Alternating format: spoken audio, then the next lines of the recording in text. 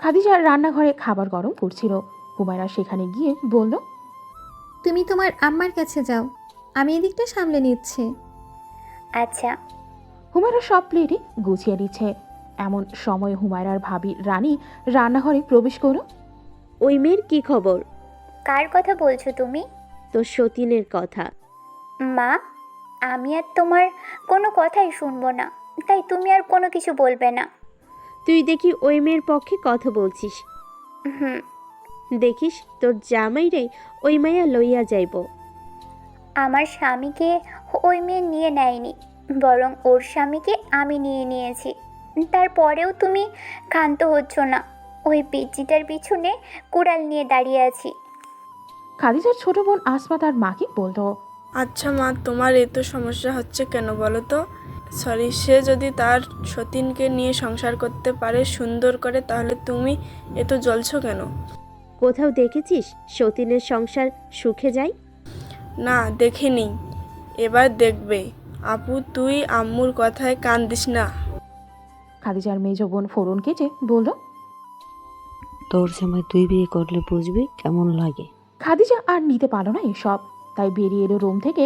এখানে থাকলে মনে আবার বক্রতা আসতে পারে, তাই উঠে চলে এসেছে। খাদিজা রান্নাঘরে ঢুকতে গিয়ে থেমে গেল।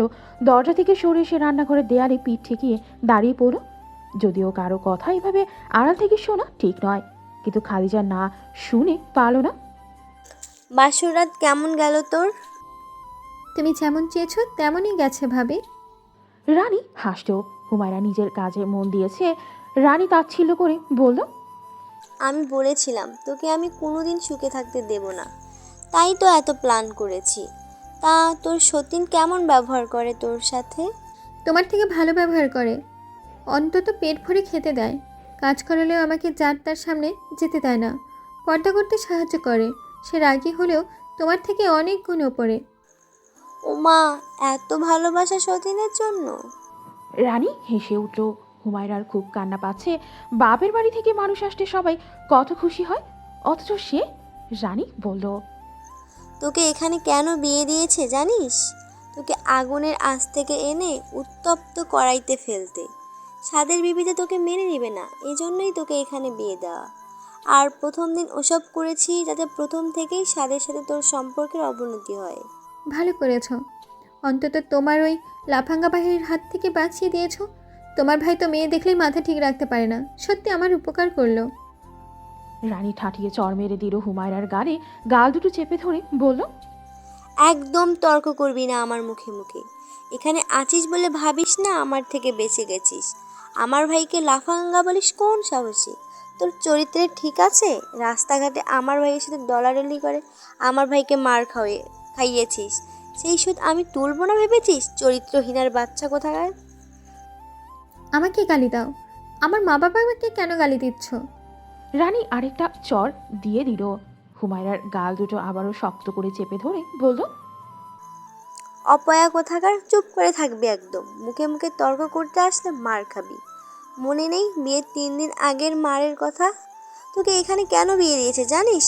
এখানে বিয়ে দিয়েছে যাতে তুই সবসময় এটা ভাবতে পারিস যে তুই আসলেই একটা অপয়া। আমি আগে থেকে জানতাম সাদ আর খাদিজার কথা। তোকে তাদের মাঝে ঢুকিয়ে দিয়ে কালপিট বানিয়ে দিয়েছি। এবার সারা জীবন তৃতীয় ব্যক্তি হয়ে থাকবি, অত্যাচার নির্যাতন সহ্য করবি। এগুলোর উপর ঘি ঢালার জন্য তো আমি তো আছি। হা হা হা। রানী বেরিয়ে গেল। হুমায়রা রানীর যাওয়ার দিকে তাকিয়ে রইল। গাল বেয়ে অশ্রুকণা গড়িয়ে পড়ল। তা আবার সাথে সাথেই মুছে ফেলল। কাজে মন দিল। খাদিজা হিজাবের এক প্রান্ত খামচে ধরে এখনো এক জায়গায় দাঁড়িয়ে আছে।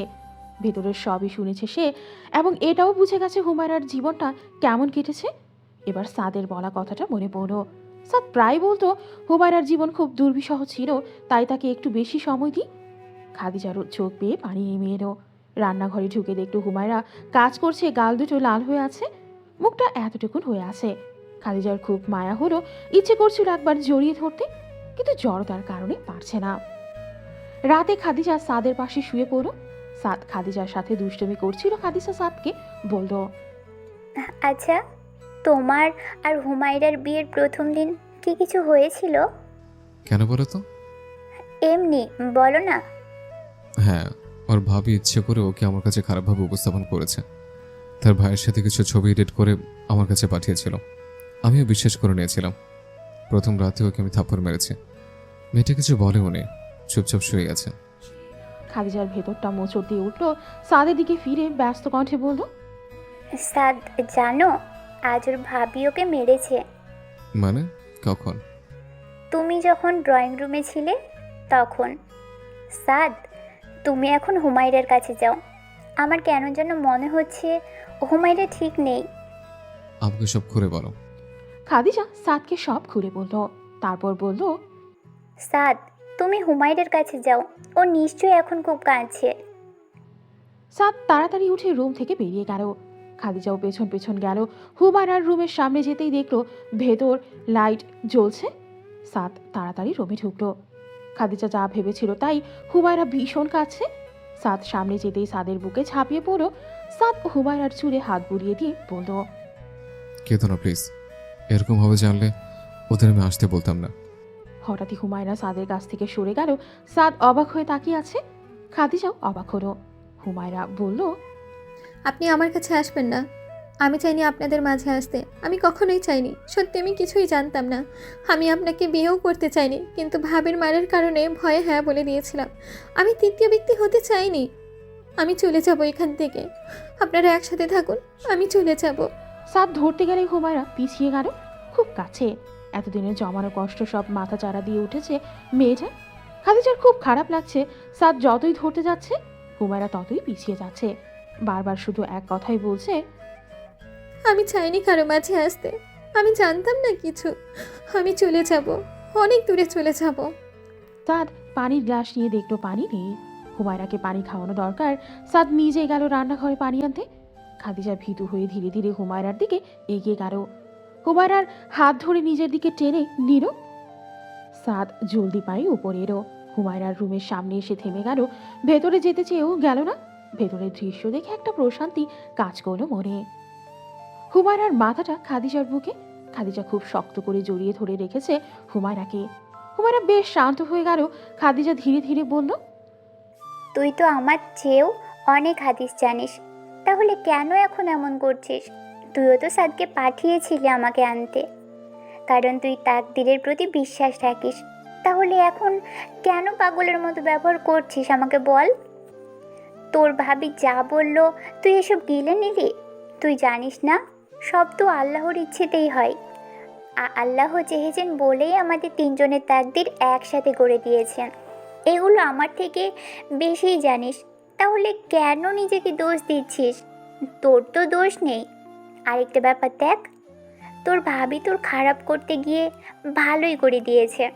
সাদের মতো একজন দায়িত্বশীল প্রেমময় পুরুষের স্ত্রী করে দিয়েছেন। সবই তো আল্লাহর ইশারা, তাই না? তাহলে কেন কান্না করছিস? আর কাঁদবি না, ঠিক আছে? নিজেকে আর দোষ দিবি না। তুই খুব ভালো একটা মেয়ে, খুব কিউট একটা মেয়ে, তাই তোর ভাবি তোকে নিয়ে হিংসে করে। আজকের পর থেকে আর ওই মহিলার কথা মাথায় আনবি না। ভাবি এটাই তোর বাপের বাড়ি এবং এটাই তোর স্বামীর বাড়ি, মনে থাকবে? হুম। খাদিজা হুমায়রার কপালে আলতো চুমু দিল। হুমায়রা চোখ বন্ধ করে ফেললো। একটু পর আবার চোখ খুলে বলল, আপু, তুমি আমার সাথে আজকে থাকবে? খাদিজা হাসলো। তারপর বলল, ঠিক আছে, থাকবো। এবার খুশি? হ্যাঁ। এবার ঘুমো। আমি ঘুমিয়ে গেলে তুমি চলে যেও না প্লিজ। যাব না, আমি এখানেই থাকবো। তোকে জড়িয়ে ধরেই ঘুমোবো। হুমায়রা চোখ বন্ধ করে ফেললো। একটু পরেই ঘুমিয়ে গেল। খাদিজা আস্তে করে হুমায়রাকে বালিশে শুইয়ে দিল। সাদ হেঁটে এসে দুজনের সামনে দাঁড়ালো। একটু ঝুঁকে হুমায়রার কপালে চুমু দিয়ে খাদিজার দিকে তাকিয়ে বলল, আজ থেকে তোমাদের একটা মিষ্টির সম্পর্ক শুরু হয়েছে। দেখো, একদিন তোমাদের সম্পর্কটা আরো গভীর হবে। দুজন দুজনকে ছাড়া থাকতেই পারবে না। তোমার স্বামীর দোয়া বলে কথা। খাদিজা হেসে ফেলল। সাদও হাসল। সাদের মুখটা দুই হাতে ধরে একটু টেনে এনে কপালে চুমু দিয়ে বলল, তুমি চাইলে আমাদের রুমে ঘুমোতে পারো, অথবা এই রুমের সোফায়। খাদিজা মিটি মিটি হাসছে। সাদ বলল, বাহ, 200 দিনে গলায় গলায় ভাব হয়েছে। এখন আমিই তো পর হয়ে গেছে, তাই না? সাদ নিজেও হাসতো। ড্রিম লাইট জ্বালিয়ে দিয়ে সোফায় শুয়ে পড়ো। খাদিজা হুমায়রাকে জড়িয়ে ধরে শুয়ে পড়ো। এই দৃশ্যটা আজকের সমাজে খুবই বিরল। মাসটার বুকে ওয়াহিদা মাথা রেখে নিজের কষ্ট হালকা করছে। সাদ আনমনেই প্রশান্তির নিঃশ্বাস নিল। 2 মাস পেরিয়েছে। এই 2 মাসে অনেকটাই বদলে গেছে তিনজনের জীবন। সাদ রুম থেকে বেরিয়ে ওপরের রেলিংয়ের কাছে দাঁড়িয়ে নিজের দিকে তাকালো। 2 সতীনের হাবভাব দেখছে আর মুচকি হাসছে। হুমায়রা সোফায় আরাম করে বসে সামনের টেবিলের উপর 2 পা তুলে বই পড়ছে আর চকলেট খাচ্ছে। এমন সময় খাদিজা পাশ থেকে উঠে সবগুলো চকলেট হাতের মুঠোই নিয়ে নিল। ভ্রু কুচকে তাকালো হুমায়রার দিকে। হুমায়রা বইটা পাশে রেখে খাদিজার দিকে তাকিয়ে বলল, কি হয়েছে? তুই কয়টা চকলেট খেয়েছিস? কেন? তোকে আমি আর চকলেট দিব না। আমি মাত্র 2টা খেয়েছি। আর তুই? খাদিজা নিচে ঝুঁকে হুমায়রার পাশের চকলেটের প্যাকেট হিসেব করে বলল, আমি 2টা খেতে খেতে তুই 8টা খেয়েছিস। তোর ভাগ শেষ। রাক্ষসী কোথাকার। এত তাড়াতাড়ি খেলি কেন? আর চকলেটও দাঁত দিয়ে চিবিয়ে খেতে হয়। আর পাবি না তুই। হুমায়রা গাল ফুরিয়ে ফেলল। অন্যদিকে মুখ ঘুরিয়ে বলল, লাগবে না। হ্যাঁ, না লাগলে ভালো। এখন এই 10টা চকলেট আমার। আমি একটু পর পর খাবো। আর তুই দেখবি। আমাকে দেখিয়ে দেখিয়ে খাবে? তুই যে কাল আমাকে দেখিয়ে দেখিয়ে বাদাম খাইলি মনে নেই? কয়বার খুঁজেছি আমাকে একটা দে। একটা তো দূরে থাক, তুই আমাকে অর্ধেক বাদামও দিসনি। তাই এখন আমিও তোকে দিব না। মুনা। খাদিজা শয়তানি হাসি হাসতো। হুমায়রা ভেঙচি কেটে বলল, না দিলে নি? আমারও তো খাওয়ার অভ্যেস নেই। সেই জন্য এই 5 মিনিটে 8টা চকলেট খেয়েছিস আর কি। সাদ উপর থেকে দেখছে আর মিটি মিটি হাসছে।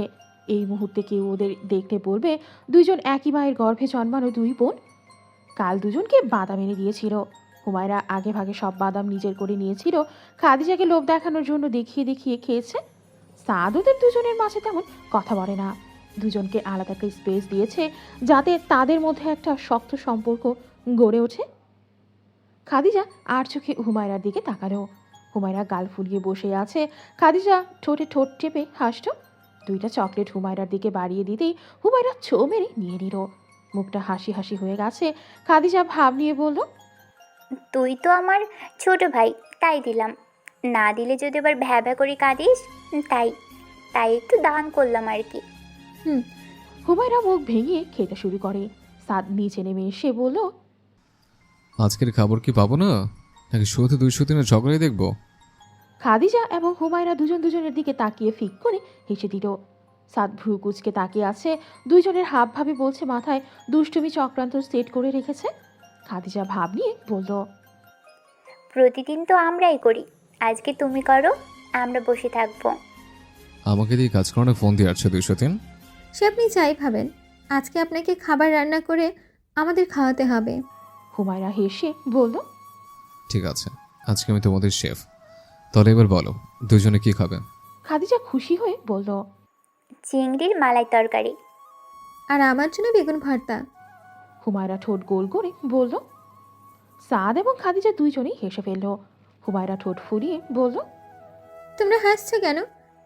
তোর এভাবে বলাতেই হাসছি। মনে হচ্ছে বাচ্চা একটা মেয়ে বায়না ধরেছে, আমাকে চকলেট দাও। খাদিজা বলল। সাদ হেসে উঠে রান্নাঘরে গেল।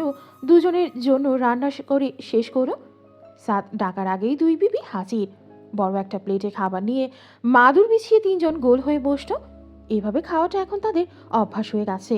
3জন একই প্লেটে ভাত খাবে, একজন আরেকজনকে খাইয়ে দেবে, এটাই নিয়ম হয়ে গেছে। তুইও চল না আমাদের সাথে মার্কেটে। আপু, আমি যাব না, আমার ভালো লাগে না। আমার জন্য তোমরা 2জনেই পছন্দ করে কাপড় নিয়ে এসো। তাই বলে তুই ঘরে একা থাকবি? তো কি হয়েছে, আমি ভূতে ভয় পাই না।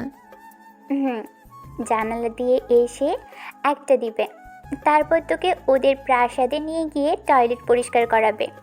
রাজকুমারীও করতে পারে। টয়লেট কেন পরিষ্কার করাবে? আমি বলেছি তাই। হুমায়রা মুখ ভেঙচিয়ে গাল ফুরিয়ে ফেলল। খাদিজা হুমায়রার মুখটা নিজের দিকে ঘুরিয়ে বলল, তুই এভাবে যখন ভেঙচি কাটিস তখন তোকে খুব কিউট লাগে।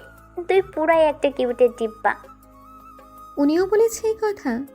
হুমায়রা লজ্জা পেল। ওরে লজ্জাবতী রে। আচ্ছা, চকলেট আনবো? হ্যাঁ, অনেকগুলো, কিন্তু হুমায়রা খুশি হয়ে বলল। খাদিজা হুমায়রার কপালে চুমু দিয়ে বেরিয়ে এলো রুম থেকে। হুমায়রা ও খাদিজার পেছন পেছন নিচে নেমে এলো। মেইন ডোরের সামনে সাদ দাঁড়িয়ে আছে।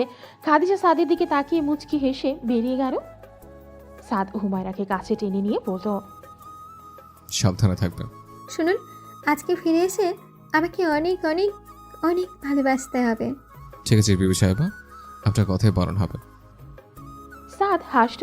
হুমায়রার কপালে চুমু দিয়ে বেরিয়ে গেল। হুমায়রা দরজা বন্ধ করে উপরে চলে গেল। সাদ যাওয়ার 20 মিনিট পর কলিং বেল বেজে ওঠে। হুমায়রা ঘড়ির দিকে তাকিয়ে ভাবে এই সময় কে এলো।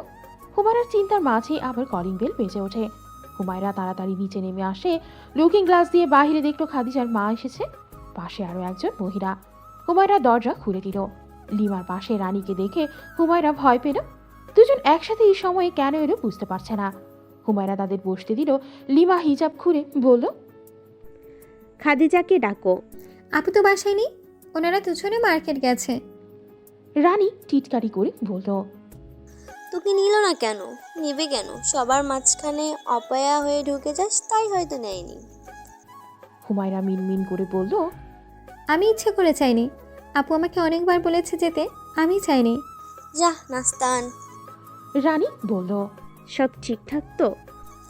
হ্যাঁ, এবার সব ঠিকঠাকই হবে, হয়তো এই ঘরেই জায়গা হবে না। ওকে ফোন দিয়ে জিজ্ঞাসা করো এসেছে কিনা। হুম। রানী কাউকে কল দিতেই সে বলল বাইরে এসে নিয়ে যেতে। রানী তাকে একটু অপেক্ষা করতে বলে শান্ত হয়ে বসল। হুমায়রা নাস্তার প্লেট তাদের সামনে রাখতেই লিমা বলল, খাদিজার সাথে আমি দেখা করেই যাব। তোমার কোনো কাজ থাকলে তুমি সেটা করো গে। জি আচ্ছা। হুমায়রা রান্নাঘরে চলে গেল রান্না করতে। অজানা আশঙ্কায় হুমায়রার বুক কাঁপছে। কেন যেন মনে হচ্ছে আজকে খারাপ কিছু হবে। চোখ বন্ধ করে বিড়বিড় করে উচ্চারণ করল, আউযু বিকালিমাত তিল্লা হিতামতি মিং সারি মাখাল্লাক। বেশ জাদু ও অন্যান্য ক্ষতি থেকে বাঁচতে এই দোয়া অনেক কার্যকরী। রান্নাবান্না শেষে হুমায়রা ড্রয়িং রুমে এসে ঘড়ি দেখল 12টা বেজেছে। সাদরা আসার সময় হয়ে গেছে। লিমা এবং রানী তাদের মতো কথা বলছে।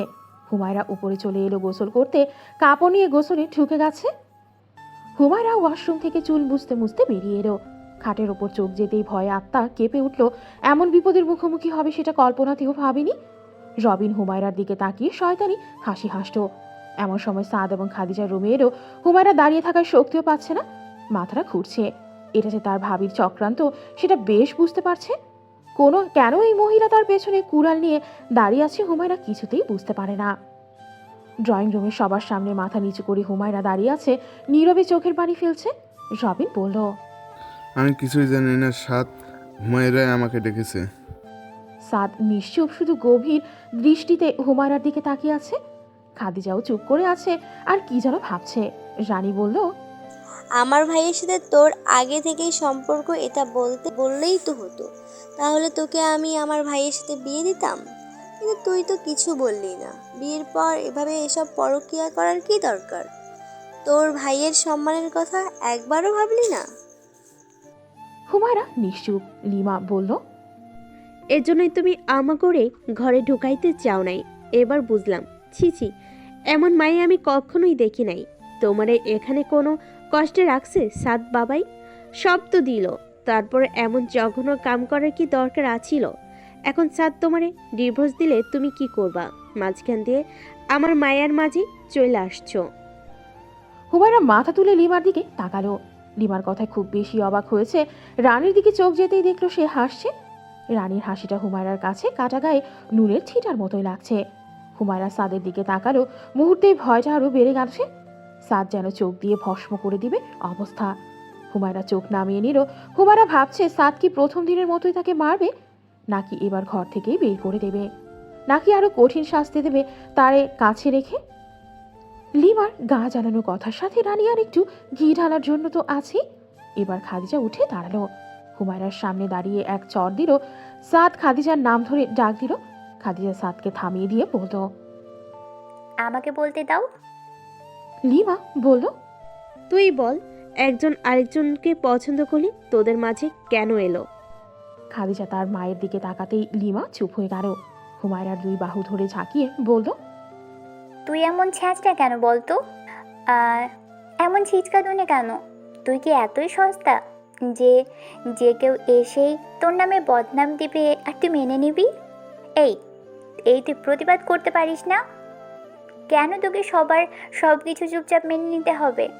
আর এক ফোঁটা চোখের পানি ফেলেছিস তো মেরে হাড্ডি গুড্ডি সব ভেঙে দিব। খাদিজা রানীর দিকে তাকিয়ে বলল, আপনার বহু কথা শুনেছি, আর একটা অপবাদ যদি আপনি দিয়েছেন আমি ভুলে যাব আপনি আমাদের কিছু হন। যেদিক দিয়ে এসেছেন সেদিক দিয়ে বেরিয়ে যান। এর যে ভালো ব্যবহার করতে পারলাম না। লিমা বলল, খাদিজা, তুই এসব কি বলছিস? ওর পরকীয়াকে তুই... মা, তুমি নিজের চোখে দেখেছো ওর পরকীয়ার কাণ্ড? হ্যাঁ, আমাদেরকে বাসায় ঢুকতে দিচ্ছিল না। তুমি যখন এলে তখন ওর গায়ে ড্রেস কী ছিল? থ্রি পিস ছিল। তুমি তো ওকে থ্রি পিস পরা দেখলে। একটু আগেই না বললে ওদেরকে পরকীয়ায় মেতে উঠতে দেখেছো? ওই একই তো। তুমি হুমায়রার রুমে ঢুকেছিলে? আরে না, এই মেয়ে তো আমাদের এখানে নাস্তাতেই বসিয়ে রেখেছিল। তাহলে কিভাবে জানলে ওর রুমে কেউ আছে? এই বাড়ির দেয়াল তো পাতলা না যে কেউ রুমে কিছু করছে আর সেটা দোতলা থেকে নিচতলা পর্যন্ত শোনা যাবে। তোমরা কয়টায় এসেছো? তোর যাওয়ার পরপরই। আমরা যাওয়ার পর রবিনও আসলো, তোমরাও আসলে। তোমাদেরকে নাস্তা দিয়ে হুমায়রা উপরে গিয়ে পরকীয়ায় জড়ালো। তাহলে রান্না করলো কে? হুমায়রাই করেছে। তুমি আমার মা বলে কঠিন ব্যবহার করতে পারলাম না। বেরিয়ে যাও, আর কোনো দিনও আসবে না এ বাড়িতে। খাদিজা রবিনের দিকে তাকালো। দারোয়ানকে দিয়ে ইচ্ছামতো মার খাইয়েছে। রানী কিছু বলতে যাবে, খাদিজা কঠিন হুঙ্কার দিয়েছে। সবাই চলে যাওয়ার পর খাদিজা হুমায়রাকে জড়িয়ে ধরতেই হুমায়রা ফুপিয়ে কেঁদে ওঠে। খাদিজা বলল, ওদের কথাবার্তা শুনেই আমি সব বুঝে গিয়েছিলাম। তখন তোকে চড় মেরেছি রাগ করে। কেন তুই সবার সব কথা নীরবে শুনে যাস বলতো? আমি ভয় পেয়ে গেছিলাম আপু। খাদিজা হুমায়রাকে ছেড়ে হুমায়রার পাশে দাঁড়িয়ে সাদের দিকে তাকালো। খাদিজা আতকে উঠে ফিসফিস করে হুমায়রাকে বলল, আব্বে সামনে তো তাকা, এবার তো উনি আমাদের চিবিয়ে খাবে। কি ভুল করেছি রে? হুমায়রা ঠোঁট উল্টিয়ে ইশারায় বোঝালো সে কিছুই জানে না। এত সময় সাদ সম্পূর্ণ নীরব দর্শক ছিল। যা করার বলার খাদিজাই বলেছে। সাদ এবার উঠে দাঁড়ায়। খাদিজা ও হুমায়রা দুজনেই ভয়ে মিলিয়ে গেল। সাদ দুজনের সামনে দাঁড়িয়ে বলল, এতক্ষণ ওর হয়ে কথা বললে আমি খুব খুশি হয়েছি। এটা আমি আশা করিনি যে তুমি হুমায়রাকে সাপোর্ট করবে। তারপর রেগে আছো কেন? এত খুশির মুহূর্তেও মানুষ প্যাঁচের মতো মুখ করে রাখে? হুমায়রাও মিটমিটিয়ে হেসে ফেলল। সাদ হুঙ্কার দিয়ে বলল, রবিন যে তোমাদের মাহারাম না, এটা মাথায় ছিল না? এগুলো যে ওদের চাল, এসব তো আমি ওদের মুখ থেকে বুঝে গেছি। তোমাদের মাথায় এটা ছিল না আমি আছি, মানে আমি সামনে নিতে পারবো সব? ভেতরে নাকি এখানে সংসারে বসেছিলে কেন? আর আরেকজন তো সংসারে ওড়না ছাড়াই দাঁড়িয়েছিল। আসলে চুপ, আমি কোনো কৈফিয়ত চাইনি। আমাকে তার দরকার নেই তোমাদের দুজনের। থাকো তোমরা, আমি গেলাম। সাদ রেগে উপরে উঠে গেল। খাদিজার রাগে লুক নিয়ে তাকালো হুমায়রার দিকে। হুমায়রা কাচুমাচু করে বলল, আমার কোনো দোষ নেই। ওনার কোনো দোষ নেই, সব দোষ তোর। তুই এভাবে দাঁড়ালি কেন? হিজাব পরে আসিসনি কেন? তখন মাথা ঘুরে উঠেছিল, তাই হিজাব পরার কথা ভুলে গিয়েছিলাম। তো এখনো দাঁড়িয়ে আছিস কেন? পরে যা। হুমায়রা গাল ফুলিয়ে ফেলল। খাদিজা কোমরে দুই হাত রেখে বলল, উনি শুধু গাল ফুলিয়ে রাখতেই জানে। হ্যাঁ, যা সাদের রাগ ভাঙা। আমি তোর কারণেই রেখেছে, তুই রাগ ভাঙাবি। আমার ভয় করছে ওনার সামনে যেতে। তখন তো এমনভাবে তাকিয়েছিল যেন চোখ দিয়েই ভস্য করে দিবে। আপু তুমি যাও। হুস, তুই সাদের রাগ সম্পর্কে জানিস না। একবার রেগে গেলে ও খুব ভয়ঙ্কর রেগে যায়। তখন সামনে না যাওয়াই ভালো। সরি, এখন কি হবে? খাদিজা করুণ সুরে বলল, দেখি কি হয়, ছেলে হয় নাকি মেয়ে হয়। কি এই মুহূর্তেও ফাইজলামি? তো এখন কিরম, নাচুম? তুই যাইয়া নাচ। হ্যাঁ, সব তোর জন্য হইছে। হুমায়রা আবারও গাল ফুলিয়ে দাঁড়িয়ে রইল। খাদিজা কিছু বলতে যাবে, সাদ নিচে নেমে এলো। হাতে ব্যাগ, মানে সাদ সত্যিই চলে যাচ্ছে, কিন্তু কোথায়? আপনি কোথায় যাচ্ছেন? আপনি কোথায় যাচ্ছেন? দুজনেই একসাথে বলে উঠল। সাদ দাঁত কিরমির করে বলল, ভিক্ষা করতে চাচ্ছে, যাবে? আপনি রাগ করে থাকবেন না? ভুল হয়ে গেছে, মাফ করে দিন প্লিজ। হুমায়রা বলল। সাদ প্লিজ মাফ করে দাও, এমন ভুল আর হবে না। খাদিজা করুণ স্বরে বলল। সাদ কিছু না বলে গটগট করে হেঁটে চলে গেল। হুমায়রা খাদিজার দিকে তাকিয়ে দৌড় দিয়েছে। খাদিজা হুমায়রার পেছন ছুটতে ছুটতে বলল, তোরে এখন হাতের কাছে পাইলে কি যে করুন। আছি, আমি কি করেছি? যা করার সব তো ওরা করেছে। তুই হিজাব ছেড়ে নিচে নামলি কেন? তাই তো স্যার চলে গেছে। তখন ভয়ে সব গুলিয়ে ফেলেছিলাম তাই। পুরো ড্রয়িং রুমে দৌড়ে সিঁড়িতে গিয়ে হুমায়রা বসে পড়ল। খাদিজাও হুমায়রার পাশে বসে পড়ল। দুজনেই হাঁপাচ্ছে। খাদিজা হুমায়রার কোলে মাথা রেখে বলল, সাদ সত্যিই চলে গেল। কোথায় গেছেন উনি? সেটাই তো বুঝতে পারছি না। জানো আপু, আমি আমার জীবনের আগে কখনো দৌড়াদৌড়ি খেলিনি। আজকে তোমার ভয়ে দৌড় দিয়ে মজা পেয়েছি। খাদিজা কিছু না বলে হুমায়রার দিকে তাকিয়ে আছে। হুমায়রার চেহারার দিকে তাকালে মনে হয় একটা নিষ্পাপ বাচ্চা মেয়ে তার পাশে বসে রূপকথার রাজ্যের গল্প করছে। হুমায়রাকে দেয়া কষ্টের দিনগুলো ভাবতেই খারাপ লাগে খাদিজার। এই পিচ্ছিটাকে সে বিনা কারণেই কষ্ট দিয়েছে। খাদিজা হুমায়রার হাত ধরতেই হুমায়রা তাকালো। খাদিজা বলল, মাফ করে দিস আমাকে, তোকে অনেক কষ্ট দিয়েছি বিনা কারণে। সাদের কাছ থেকে সরাতে মায়ের কথাই তোর সাথে অন্যায় করেছি অনেক। আপু প্লিজ এভাবে বলো না। তোমাকে পেয়ে আমি কি যে খুশি বলে বোঝাতে পারবো না। আমি সবসময় আফসোস করতাম আমার একটা বড় বোন নেই বলে। হুমায়রা খাদিজাকে জড়িয়ে ধরে বলল, আল্লাহ আমাকে বড় বোন হিসেবে তোমাকে দিয়েছেন, তাই আমি আল্লাহর কাছে কত শত শুকরিয়া আদায় করেছি। এখন তো আমি আরও খুশি, কারণ তুমি আমাকে ভালোবাসো, তাই আমার সাথে দুষ্টুমি করো, আমার চুল আঁচড়ে দাও, খাইয়ে দাও। আল্লাহ আমার মনের আশা পূরণ করে দিয়েছেন। খাদিজার চোখের পানি চলে এসেছে।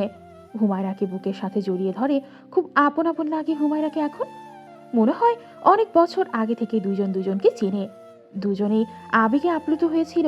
এমন সময় সাদের কণ্ঠস্বর শুনে পেছনে তাকিয়ে দেখলো সাদ দাঁড়িয়ে আছে। দুজনের দিকে তাকিয়ে বলল, আমি চলে গেছে, কোথাও রাগ ভাগাবে তা না করে এখানে দুঃখ বিলাস করছে দুজন। এবার আমি সত্যি সত্যি যাচ্ছি। সাদ আবার গটগট করে বেরিয়ে গেল। হুমায়রা খাদিজার হাত ধরে বলল, আপু এবার কি হবে? দাঁড়া, ভাবতে দে আমাকে। কিছুক্ষণ চিন্তা করে খাদিজা বলল, উঠ, তাড়াতাড়ি রেডি হ। আমি জানি সাদ কোথায় গেছে। কোথায়? ওর মায়ের কাছে গেছে, ওদের গ্রামে। চল চল তাড়াতাড়ি। খাদিজার কথা মতো হুমায়রা রেডি হয়ে নিল। দুজনের কাপড় এক ব্যাগে নিয়ে খাদিজা দারোয়ানকে বলে বেরিয়ে গেল। হুমায়রার হাত শক্ত করে ধরে রেখেছে খাদিজা। দুজনেই বাস স্টেশনে চলে এসেছে। হুমায়রা বলল, আপু আমাদের কাছে তো টাকা নেই, কিভাবে যাব? তোরে বেচে দিব, যে টাকা পাবো সেগুলো দিয়ে আমি সাদের বাড়ি চলে যাব।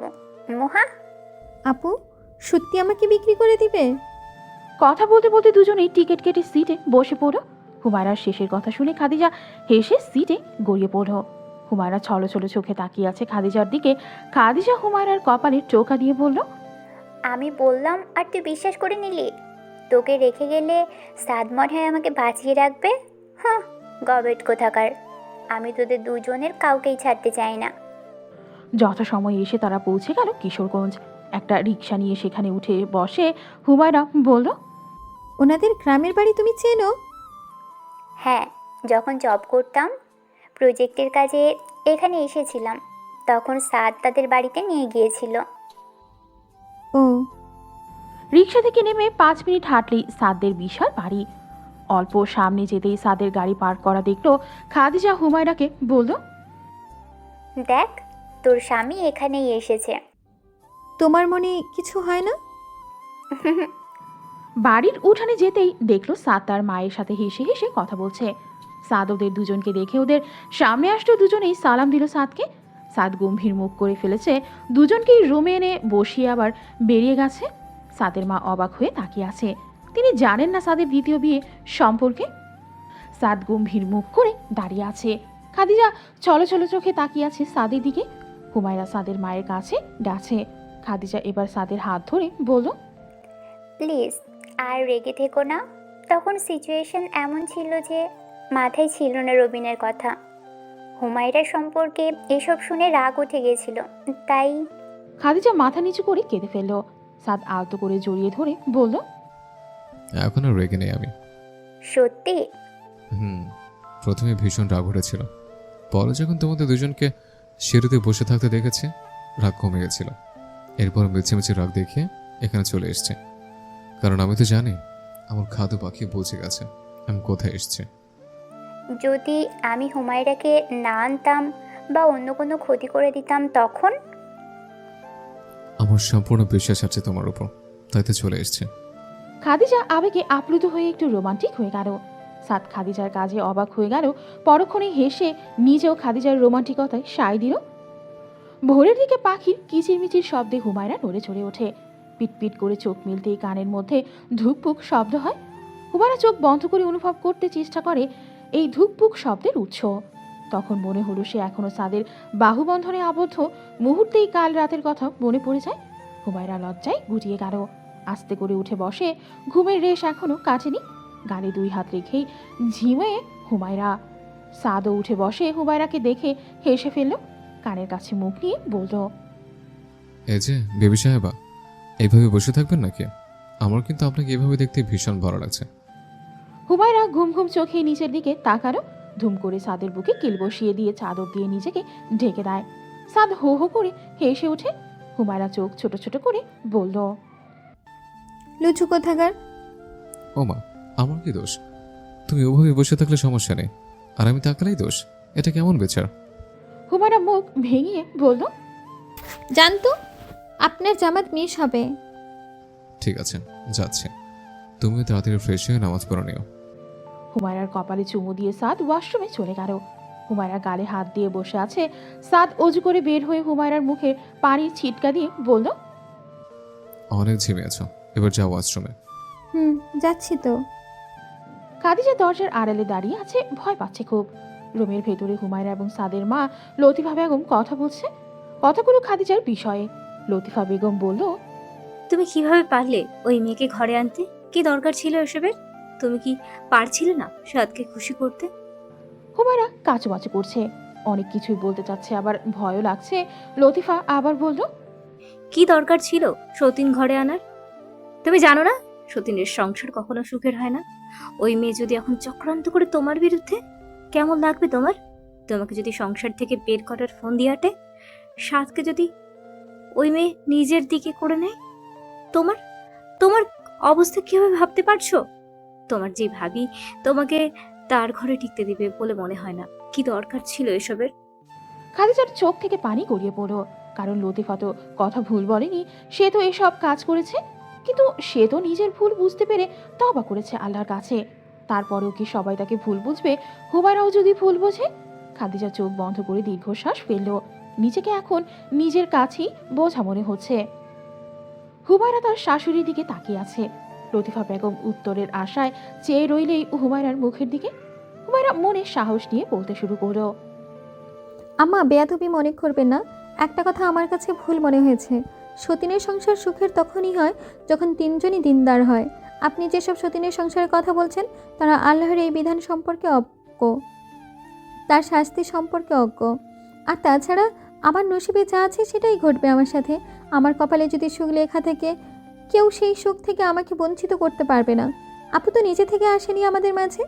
আল্লাহ আমাদের 3 জনকে একসাথে লিখে রেখেছিলেন বলেই আমরা একসাথে আছি। তাকদীরের লিখন তো কেউ বদলাতে পারবে না আম্মা। সতীনের সংসারও সুখের হয়, এটা আমরা দেখিয়ে দিব আম্মা, ইনশাল্লাহ। লতিফা বেগম কিছুক্ষণ চুপ করে থেকে বললেন, শুনেছি ওই মেয়ের বয়স সাদের থেকেও বেশি। এমন বুড়ি মেয়েকে কেন বিয়ে করালে? শোনা বলে তাই। আমা দেখুন, রাসূল সাল্লাল্লাহু আলাইহি ওয়াসাল্লামের প্রথম স্ত্রী তিনিও কিন্তু বয়স্ক ছিলেন। যখন রাসূল সাল্লাল্লাহু আলাইহি ওয়াসাল্লামের যখন 25 বছর বয়স, তখন খাদিজা রাদিয়াল্লাহু আনহার বয়স 40 বছর। এবং এটা সবাই জানে রাসূল সাল্লাল্লাহু আলাইহি ওয়াসাল্লাম কতটা ভালোবাসতেন খাদিজাকে। এটাও জানি রাসূল সাল্লাল্লাহু আলাইহি ওয়াসাল্লাম আয়েশাকে খুব ভালোবাসতেন। কিন্তু যখন খাদিজার কথা মনে হতো তিনি কেঁদে ফেলতেন। আর আয়েশা আল্লাহ তাআলা এটা নিয়ে খুব জেলাস করতেন। বয়স কোনো বিষয় না আম্মা, সম্পর্কে জোর আত্মার বন্ধনটাই মূল বিষয়। লতিফা বেগম হুমায়রার দিকে কিছুক্ষণ তাকিয়ে থেকে বললেন, ওই মেয়েকে ডাকো, দেখি মেয়েটাকে। জি আচ্ছা। হুমায়রা রুম থেকে বেরিয়ে খাদিজার রুমে গেল। জানালার একপাশে দাঁড়িয়ে আনমনে বাহিরের দিকে তাকিয়ে আছে। হুমায়রা গিয়েই পেছন থেকে জড়িয়ে ধরে বলল, তোমাকে আম্মা ডাকছে আপু, কেন? তোমার সাথে কথা বলবে। চল। খাদিজা যেতে নিলেই হুমায়রা হাত ধরে আটকে ফেলে। হুমায়রা চোখ ছোট ছোট করে খাদিজার দিকে তাকিয়ে বলল, তুমি কেঁদেছো? কই না তো। আমার সাথে মিথ্যে বলে লাভ নেই, সব বুঝেছি আমি। তুমি তোতলাচ্ছ। এমনি কিছু না, চল। বলো না কি হয়েছে। খাদিজা কিছুক্ষণ চুপ করে থেকে তারপর বলল, আমাকে ক্ষমা করে দিস আমার আগের ব্যবহারের জন্য। মায়ের কথা শুনে তোর সাথে অনেক অন্যায় করেছি, প্লিজ মাফ করে দিস। আবার এসব বলছো? তোমাকে বলেছি না এসব আর কখনো বলবে না। খাদিজা হুমায়রার মুখটা দুই হাতে ধরে বলল, তুই এত ভালো কেন বলতো? আমার এখন নিজেকে অপরাধী মনে হয় সাদের মাস না হয়ে এসে তোর থেকে অর্ধেক অধিকার ছিনিয়ে নিয়েছি। আপু, আম্মা তোমাকে ডাকছে, আসো। হুমায়রা বেরিয়ে গিয়ে আবার ফিরে এলো। খাদিজাকে নিচ থেকে একটু সাজিয়ে গুছিয়ে নিয়ে গেল লতিফা বেগমের ঘরে। খাদিজা ভয়ে আছে, যদি লতিফা তাকে পছন্দ না করে, যদি সাদকে বলে তাকে ছেড়ে দিতে, তখন কোথায় যাবে সে? মায়ের ঘরে গেলে এসব নিয়ে হাজারটা কথা শোনাবে। এসব ভেবে ভেবে খাদিজার মস্তিষ্কে আতঙ্ক ভর করেছে। রুমে ঢুকেই খাদিজা সালাম দিল লতিফাকে। সালামের উত্তর নিয়ে সোফায় বসার জন্য ইশারায় দেখিয়ে দিল। লতিফা বেগম খাটের উপর বসে আছেন। হুমায়রাকে পাঠিয়ে দিলেন সাদের কাছে। হুমায়রা যেতে চাচ্ছিল না খাদিজাকে একা রেখে, কিন্তু শাশুড়ির আদেশ অমান্য করার সাহস পায়নি। লতিফার ভরাট গম্ভীর স্বরে খাদিজা কিছুটা কেঁপে ওঠে, মাথা নিচু করে ফেলে। নাম কি তোমার? মেহেরুন্নেসা খাদিজা। বয়স যেন কত তোমার? জি 35 পার হয়েছে। খুব আস্তে জবাব দিল। এর আগে বিয়ে করনি কেন? কোনো সমস্যা আছে তোমার? আমি বাচ্চা জন্মদানে অক্ষম, তাই বিয়ে ভেঙে যেত।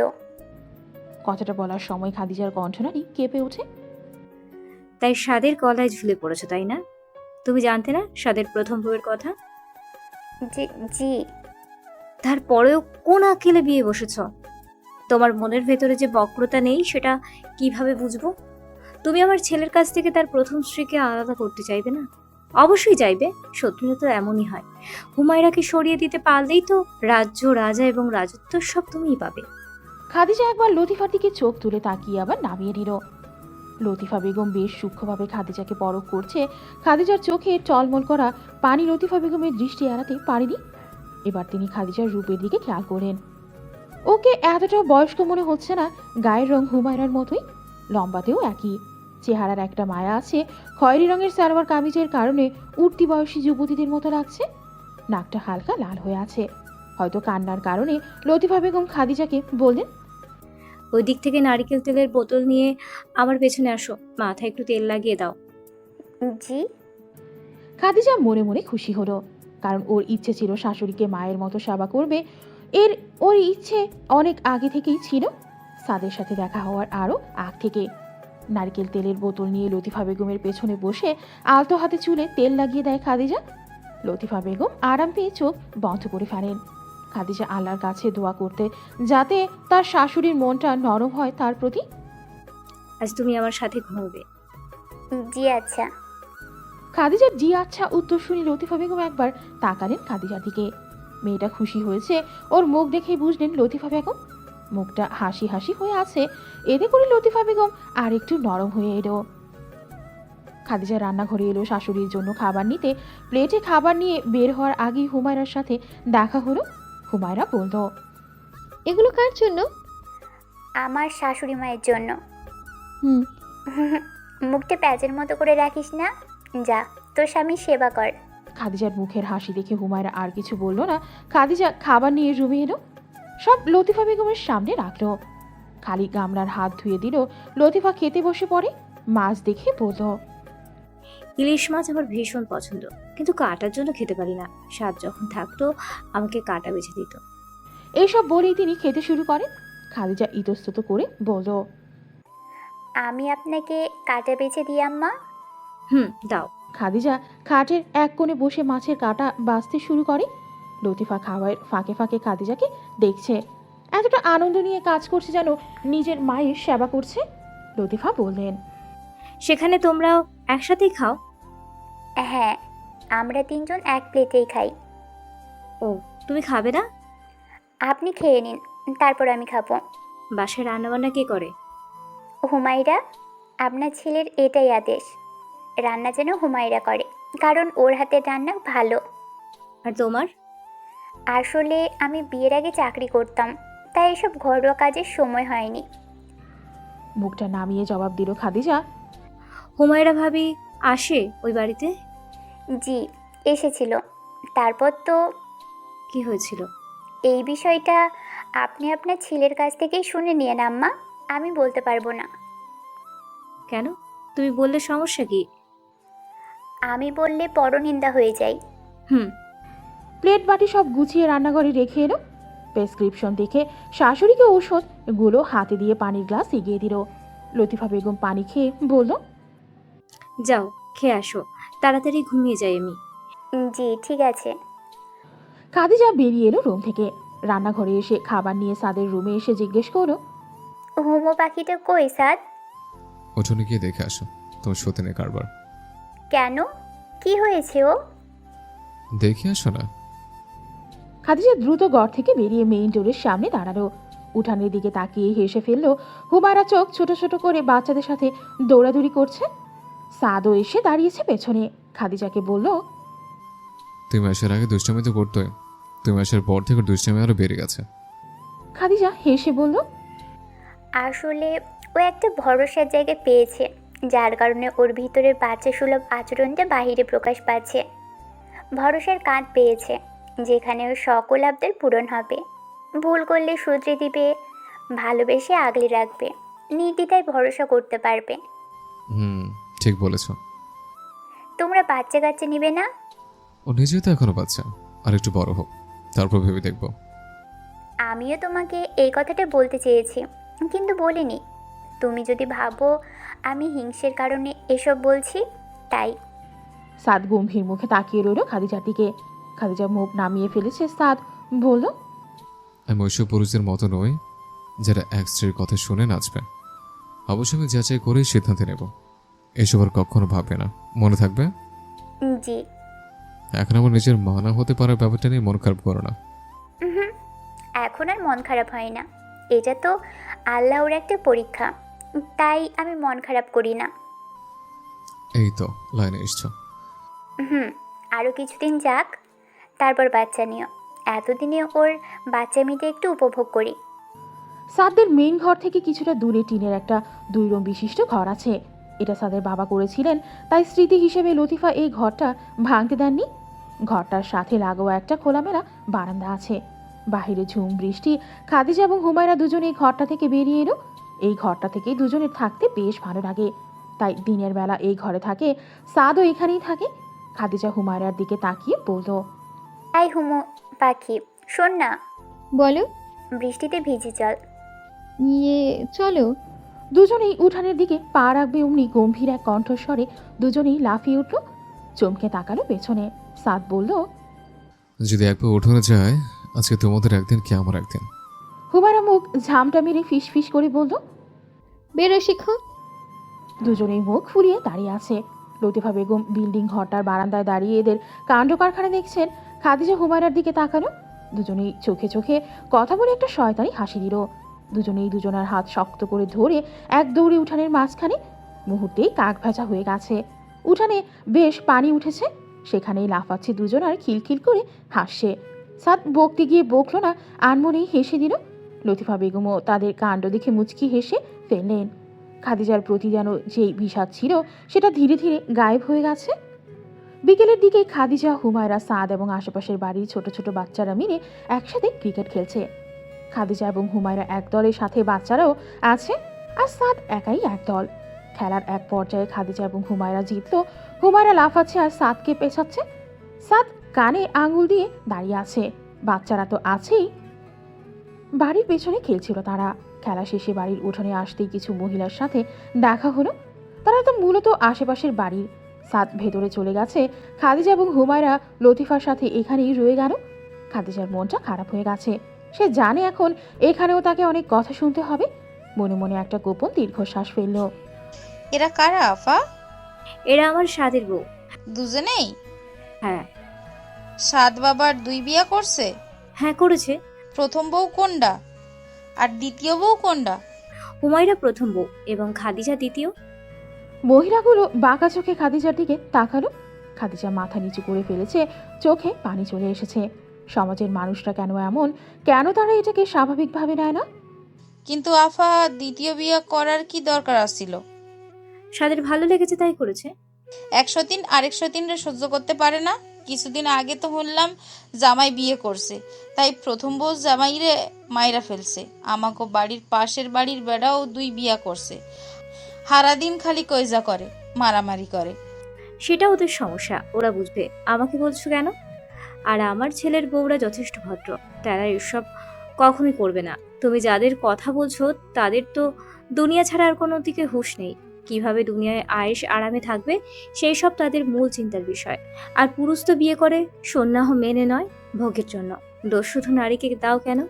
পুরুষের দোষও আছে। যারা যারা বহু বিবাহ করেছে খোঁজ নাও তো, কজন সন্ন্যাহ মেনেই এই সন্ন্যাহ পালনের যথাযথ চেষ্টা করছে। এসব কথা আমাদের এখানে বলবে না।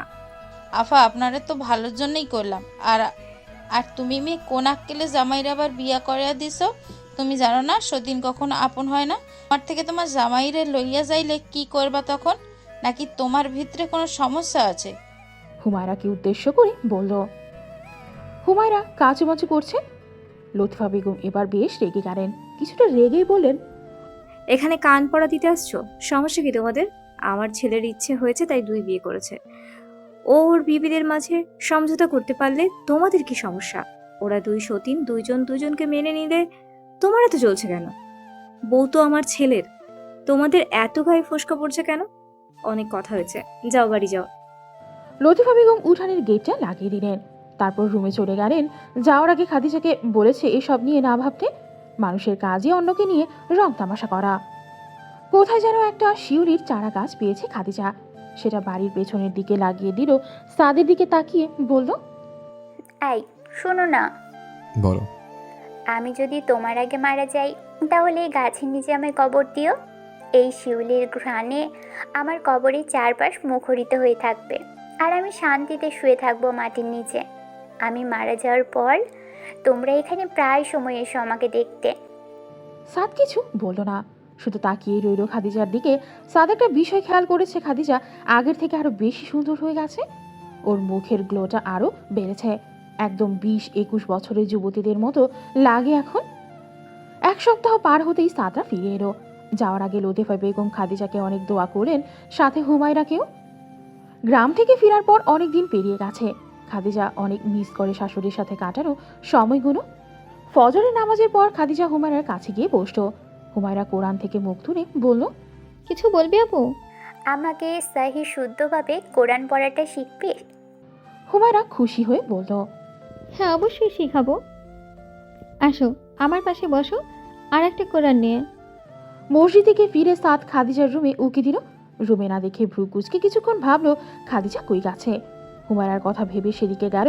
দরজার সামনে দাঁড়িয়ে গেল। মনে এক প্রশান্তি বয়ে গেল। দুই সতীনের কিছু কিছু কাজ এই সমাজে সত্যি খুব বিরল। এই সুশীল সমাজে তো এসব আশাই করা যায় না। সাদ মনে মনে শুকরিয়া জানালো রবের কাছে। ঘরটা যেন এখন জান্নাতে পরিণত হয়েছে। ওয়াহিদার কাছে মাসনা আরবি শিখছে, বিষয়টা সত্যিই খুব আনন্দদায়ক সাদের জন্য। পানি খেয়ে ডাইনিং টেবিল থেকে 2 কদম সামনে আগাতেই খাদিজা হেলে মেঝেতে পড়ে গেল। দুম করে আওয়াজ হওয়ায় হুমায়রা দৌড়ে এলো রান্নাঘর থেকে। তাড়াতাড়ি খাদিজার মাথার কাছে বসে কয়েকবার আপু আপু বলে ডেকেছে, কিন্তু কোনো সারা শব্দ নেই। হুমায়রা দিশা না পেয়ে বাড়ির ল্যান্ডলাইন থেকে সাদকে ফোন দিল। খবর পেয়ে আধা ঘন্টার মধ্যেই সাদ চলে এসেছে। খাদিজাকে কোলে করে রুমে নিয়ে গিয়ে শুইয়ে দিল। হুমায়রা খাদিজার পাশে বসে এক হাত শক্ত করে ধরে রেখেছে আর নিঃশব্দে কেঁদে যাচ্ছে। সাদ খাদিজার বান্ধবী নাজনীনকে কল করল। সে একজন ডাক্তার।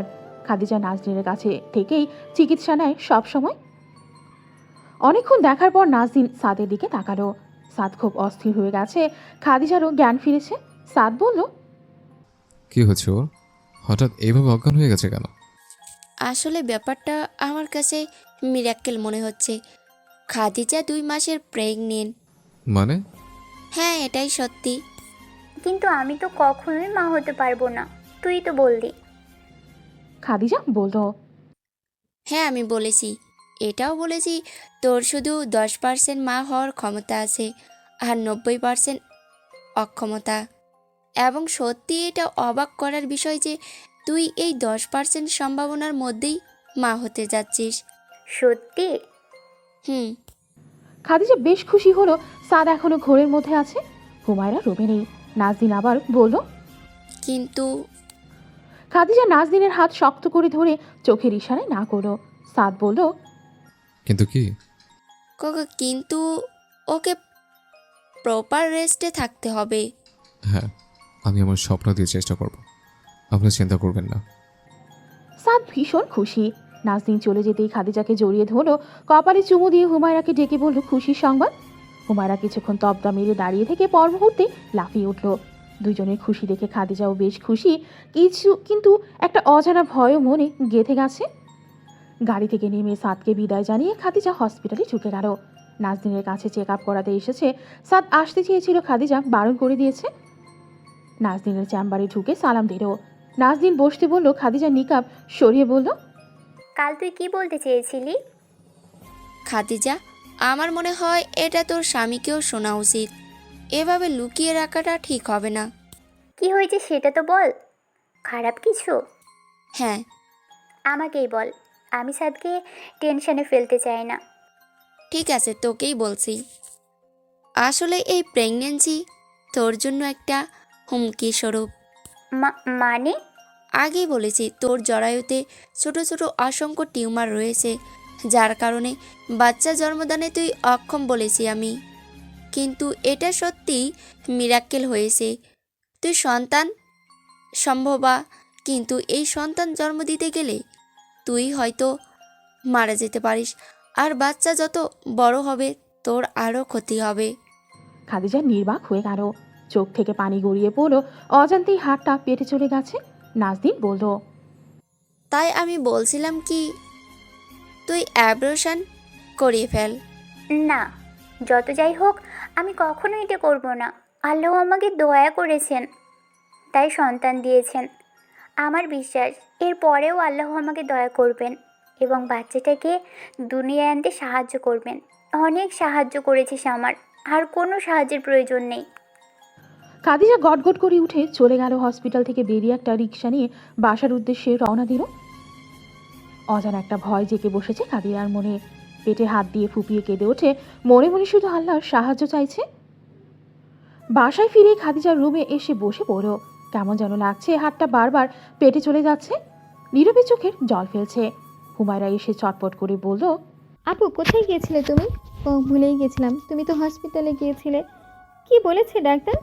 খাদিজা নীরব পলকহীন মেঘের দিকে তাকিয়ে আছে। খাদিজাকে এভাবে বসে থাকতে দেখে হুমায়রা হালকা ধাক্কা দিল।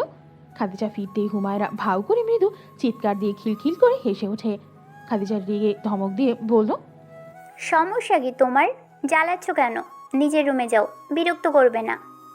এর আগে কখনো এভাবে ধমক দেয়নি খাদিজা। হুমায়রার চোখে পানি চলে এসেছে। ছলছল চোখে খাদিজার দিকে তাকিয়ে আছে। খাদিজা মুখ ফিরিয়ে নিল। হুমায়রার বেশ অভিমান হলো, তাই অভিমানী হুমায়রা হালকা নাক টেনে উঠে দাঁড়িয়ে মিনমিন করে বলল, দুঃখিত, আর বিরক্ত করব না।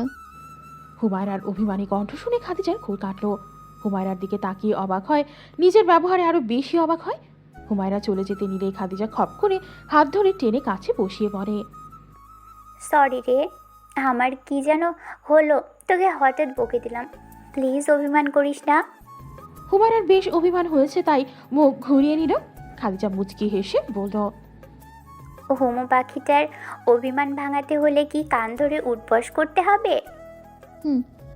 কিন্তু সমস্যা তো এক জায়গায়।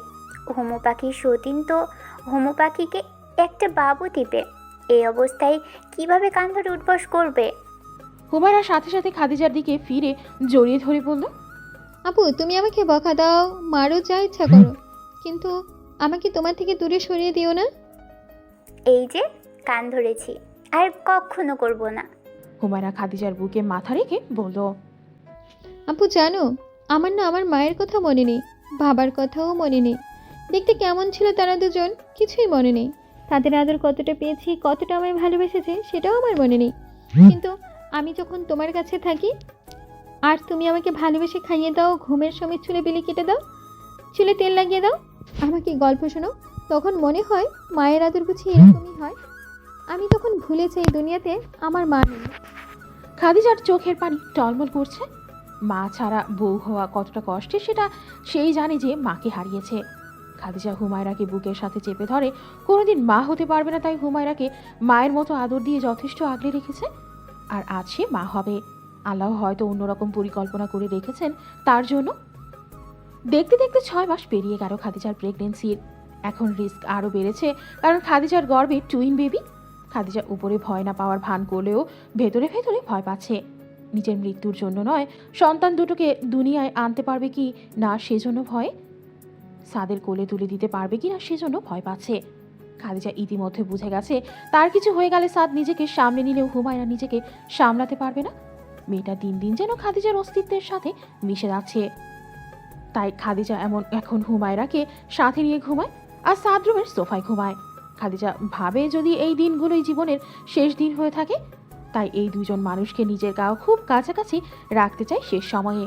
হুমায়রা এখন সাদ কোনো কমতি রাখে না খাদিজার যত্নের। সাদকে এখনও জানতে দেয়নি তার সমস্যার কথা। সাদ জানলে ভেঙে পড়বে। খাদিজা আবার নিজের জন্য কিছুটা সময় চায়। এই বাহানায় হুমায়রা এবং সাদকে একটা আলাদা স্পেস করে দেয়। হুমায়রা প্রথমে ভেবেছিল খাদিজা মা হওয়ার কারণে সাদ খাদিজার দিকে ঝুঁকে পড়বে, আবার সেই অবহেলিত জীবনে ফেরত যেতে হবে, একাকিত্বের জীবনে ফিরে যেতে হবে। কিন্তু হুমায়রাকে অবাক করে দিয়ে সাদ এরকম কিছুই করেনি। সে প্রথম থেকে যতটা দায়িত্বশীল ছিল এখন আরও বেশি দায়িত্বশীল হয়ে উঠেছে। নাস্তা খেয়ে হুমায়রা খাদিজাকে ধরে ধরে নিচে নামালো। সোফায় বসিয়ে দিয়ে হুমায়রা রান্নাঘরে গেছে রান্না করতে। খাদিজা বসে বসে কোরআন পড়ছিল। এমন সময় কলিং বেল বেজে ওঠে। হুমের আসার আগে খাদিজা উঠে দরজা খুলে দেখে তার মা দাঁড়িয়ে আছে। সাদও নিচে নেমে এলো। খাদিজা তার মাকে দেখেই রেগে গেল, বলল, এখানে আবার কেন এসেছো? মা, আমাকে মাফ করে দে, তোকে না দেখে থাকতে পারছিলাম না। নতুন কোনো প্ল্যান নিয়ে এসেছো সেটা বলো, এসব কথা বাদ দাও। কোনো প্ল্যান নিয়ে আসিনি, আমি তোকে দেখতে এসেছি। তুই মা হবি আর আমাকে জানাসনি কেন রে? প্রয়োজন মনে করিনি। এমন চিৎকার চেঁচামেচি শুনে হুমায়রাও এলো। সাদ বলল, খাদিজা, ওনাকে ভেতরে আসতে দাও। উনি হয়তো নিজের ভুল বুঝতে পেরেছে। ভুল? এটা ভুল ছিল না, ইচ্ছাকৃত ছিল। লিমার দিকে তাকিয়ে বলল, আচ্ছা মা, মনে করো তো সেই দিনের কথা, যেদিন এক পাত্রপক্ষ আমাকে মিস্ট্রেস হয়ে থাকার অফার দিয়েছিল। তুমি তাকে যা নয় তাই বলে বকে দিয়েছিলে। কেন? কারণ তোমার মেয়ের সম্মান নষ্ট করতে চেয়েছিল বলে, বাজে প্রস্তাব দিয়েছিল বলে। আর সেই তুমি কিনা ওই মেয়েটাকে কলঙ্কিত করতে চেয়েছিলে, যে তোমার মেয়ের উপর দয়া করে তার স্বামীর ভাগ দিয়েছিল। কিভাবে পারলে মা? বুক কাঁপলো না? মাফ করে দে আমায়, আমি রানীর কুমন্ত্রণায় সাড়া দিয়ে ফেলেছিলাম। ওই মহিলা যেহেতু তোমার এত আপন, তুমি ওই মহিলার কাছেই যাও। প্লিজ আমাকে চলে যেতে বলিস না। এতদিন তোকে না দেখে থাকতে আমার কষ্ট হয়েছে। তুই আমার প্রথম সন্তান। যেদিন তুই দুনিয়ায় এসেছিলি, তোকে কোলে নিয়ে কত যে খুশি হয়েছি সেটা শুধু আমি জানি। বিয়ের দীর্ঘ 9 বছর পর তুই আমার কোল আলো করে এসেছিলি। সেই তোকে আমি এতগুলো দিন না দেখে কাটিয়েছি। আমারও তো কষ্ট হয়, তাই না? ক্ষমা করা যায় না তোর এই অধম মাকে? খাদিজা মুখ ঘুরিয়ে নিল, নিঃশব্দে কেঁদে ফেলেছে। লিমা হুমায়রার কাছে গিয়ে বলল, তুমি আমাকে মাফ করে দাও মা, আমি তোমার ভাবির চক্রান্তে পড়ে গেছিলাম। আমি লজ্জিত, প্লিজ ক্ষমা করে দাও। আন্টি, এভাবে বলবেন না, আপনার প্রতি আমার কোনো ক্ষোভ নেই। সাদ খাদিজার কাছে গিয়ে বলল, ক্ষমা করে দাও না, উনি অনুতপ্ত। বেশ কিছু সময় পর খাদিজা তার মায়ের সাথে স্বাভাবিক হয়ে উঠল।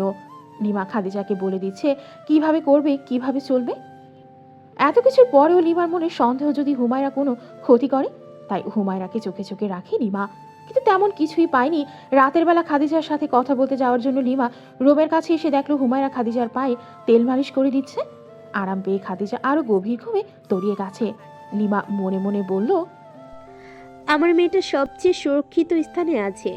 লিমা শান্তি পেল। মুখে না বললেও মনে মনে হুমায়রার জন্য দোয়া করলো। পরের দিনই লিমা চলে গেছে। দেখতে দেখতে খাদিজার ডেলিভারির দিন চলে এসেছে। লিমা হুমায়রা সব গুছিয়ে হসপিটালের উদ্দেশ্যে বেরিয়ে গেল। খাদিজাকে নিয়ে অ্যাম্বুলেন্সে করে সাদ আগেই চলে গেছে। ডেলিভারির সময় ভীষণ ভয় পেয়ে যায় খাদিজা। সাদের হাত শক্ত করে ধরে কেঁদে ফেলে। হুমায়রা দম মেরে বসে আছে। সাদ অনেক বুঝিয়ে ডেলিভারি রুমে পাঠিয়েছে। প্রসব বেদনা শুরু হওয়ার সাথে সাথেই খাদিজার মনে আলাদা একটা শক্তি এসে ভর করে। চেহারার সামনে হুমায়রা এবং সাদের মুখটা ভেসে ওঠে। এবার যেন একটা অদৃশ্য শক্তি তাকে সাপোর্ট করছে। হুমায়রা কোথায়? ওমা, আমি বাবুর বাবা আছে, আমাকে দিয়ে চলে গেল বাবুদেরকে করে নিতে। প্রথমে সতীনকে খুঁজছো? চুপ করো আর বলো হুমায়রা কই? তুমি গিয়ে খুঁজে তোমার সতীনকে। হ্যাঁ, আমি উঠতে পারলে তোমাকে আর বলতাম না। হুমায়রা ভেতরে এসে বলল, কি হয়েছে? ঝগড়া করছো কেন তোমরা? আয় এদিকে, আমার বাবুদের আগে তুই কোলে নিবি। হুমায়রা তাড়াতাড়ি কাছে গেল। খাদিজার দুইটা টুইন মেয়ে হয়েছে। হুমায়রা বিছানায় বসতেই কোলে নিল দুজনকে। দুইটি পুতুল হয়েছে তোমার আপু? তোর মতো হয়েছে, আর ওরা তোরও মেয়ে। সত্যি? আমাকেও আম্মু ডাকবে? তো তুমি কি চাও, খালাম্মা ডাকো? সাদ বলল। সবাই হেসে ফেলল। হুমায়রা ভেংচি দিয়ে বাবুদেরকে আদর করতে ব্যস্ত। এরপর সাদ এবং লিমা কোলে নিল বাবুদের। খাদিজা হুমায়রার মাথায় হালকা চাপড় মেরে বলল, কি ভাবছিস? ওদের নাম কি রাখা যায় সেটা ভাবছি। ও ভুলে গেছি, এক্ষুনি আসছি আমি। এবে দাঁড়াও, আমি আসছি। সাদের গম্ভীর কণ্ঠস্বর পেয়ে হুমায়রা থেমে গেল। তারপর বেরিয়ে যায় কেবিন থেকে। লিমা নাতনিকে কোলে নিয়ে আদরে আদরে ভরিয়ে দিচ্ছে সারা মুখ। খাদিজা হেসে বলল, কাঁদছো কেন? আমার সে ছোট্ট খাদিজা আর ছোট ছোট দুটো সন্তান জন্ম দিয়েছে। ওদের কোলে নিতেই সেই দিনের কথা মনে পড়ে গেল, যেদিন প্রথম আমি তোকে কোলে নিয়েছিলাম। কি যে খুশি হয়েছিলাম আমি। আল্লাহর দরবারে কত যে শুকরিয়া জানিয়েছি। খাদিজা হেসে তার মাকে জড়িয়ে ধরলো। এর মধ্যেই সাদ হুমায়রা ফিরে এলো, হাতে একটা প্যাকেট। হুমায়রা বাবুদের সামনে বসে প্যাকেট থেকে খেজুর মুখে নিয়ে চিবিয়ে চিবিয়ে ওদের মুখে দিল।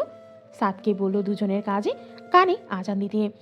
সাদ তাই করলো। হুমায়রা অনেক চিন্তা করে বলল, আমি দুইটা নাম ঠিক করেছি, বল শুনি। রায়হান বিনতে আফরা নাওয়ার এবং রায়হান বিনতে জহি তাওয়াসুম। কেমন? মাথা নিচু করে বসলো হুমায়রা। সাদ বলল, অর্থ তো খুবই সুন্দর।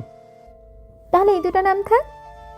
খাদিজা বলল, হ্যাঁ, আমারও পছন্দ হয়েছে।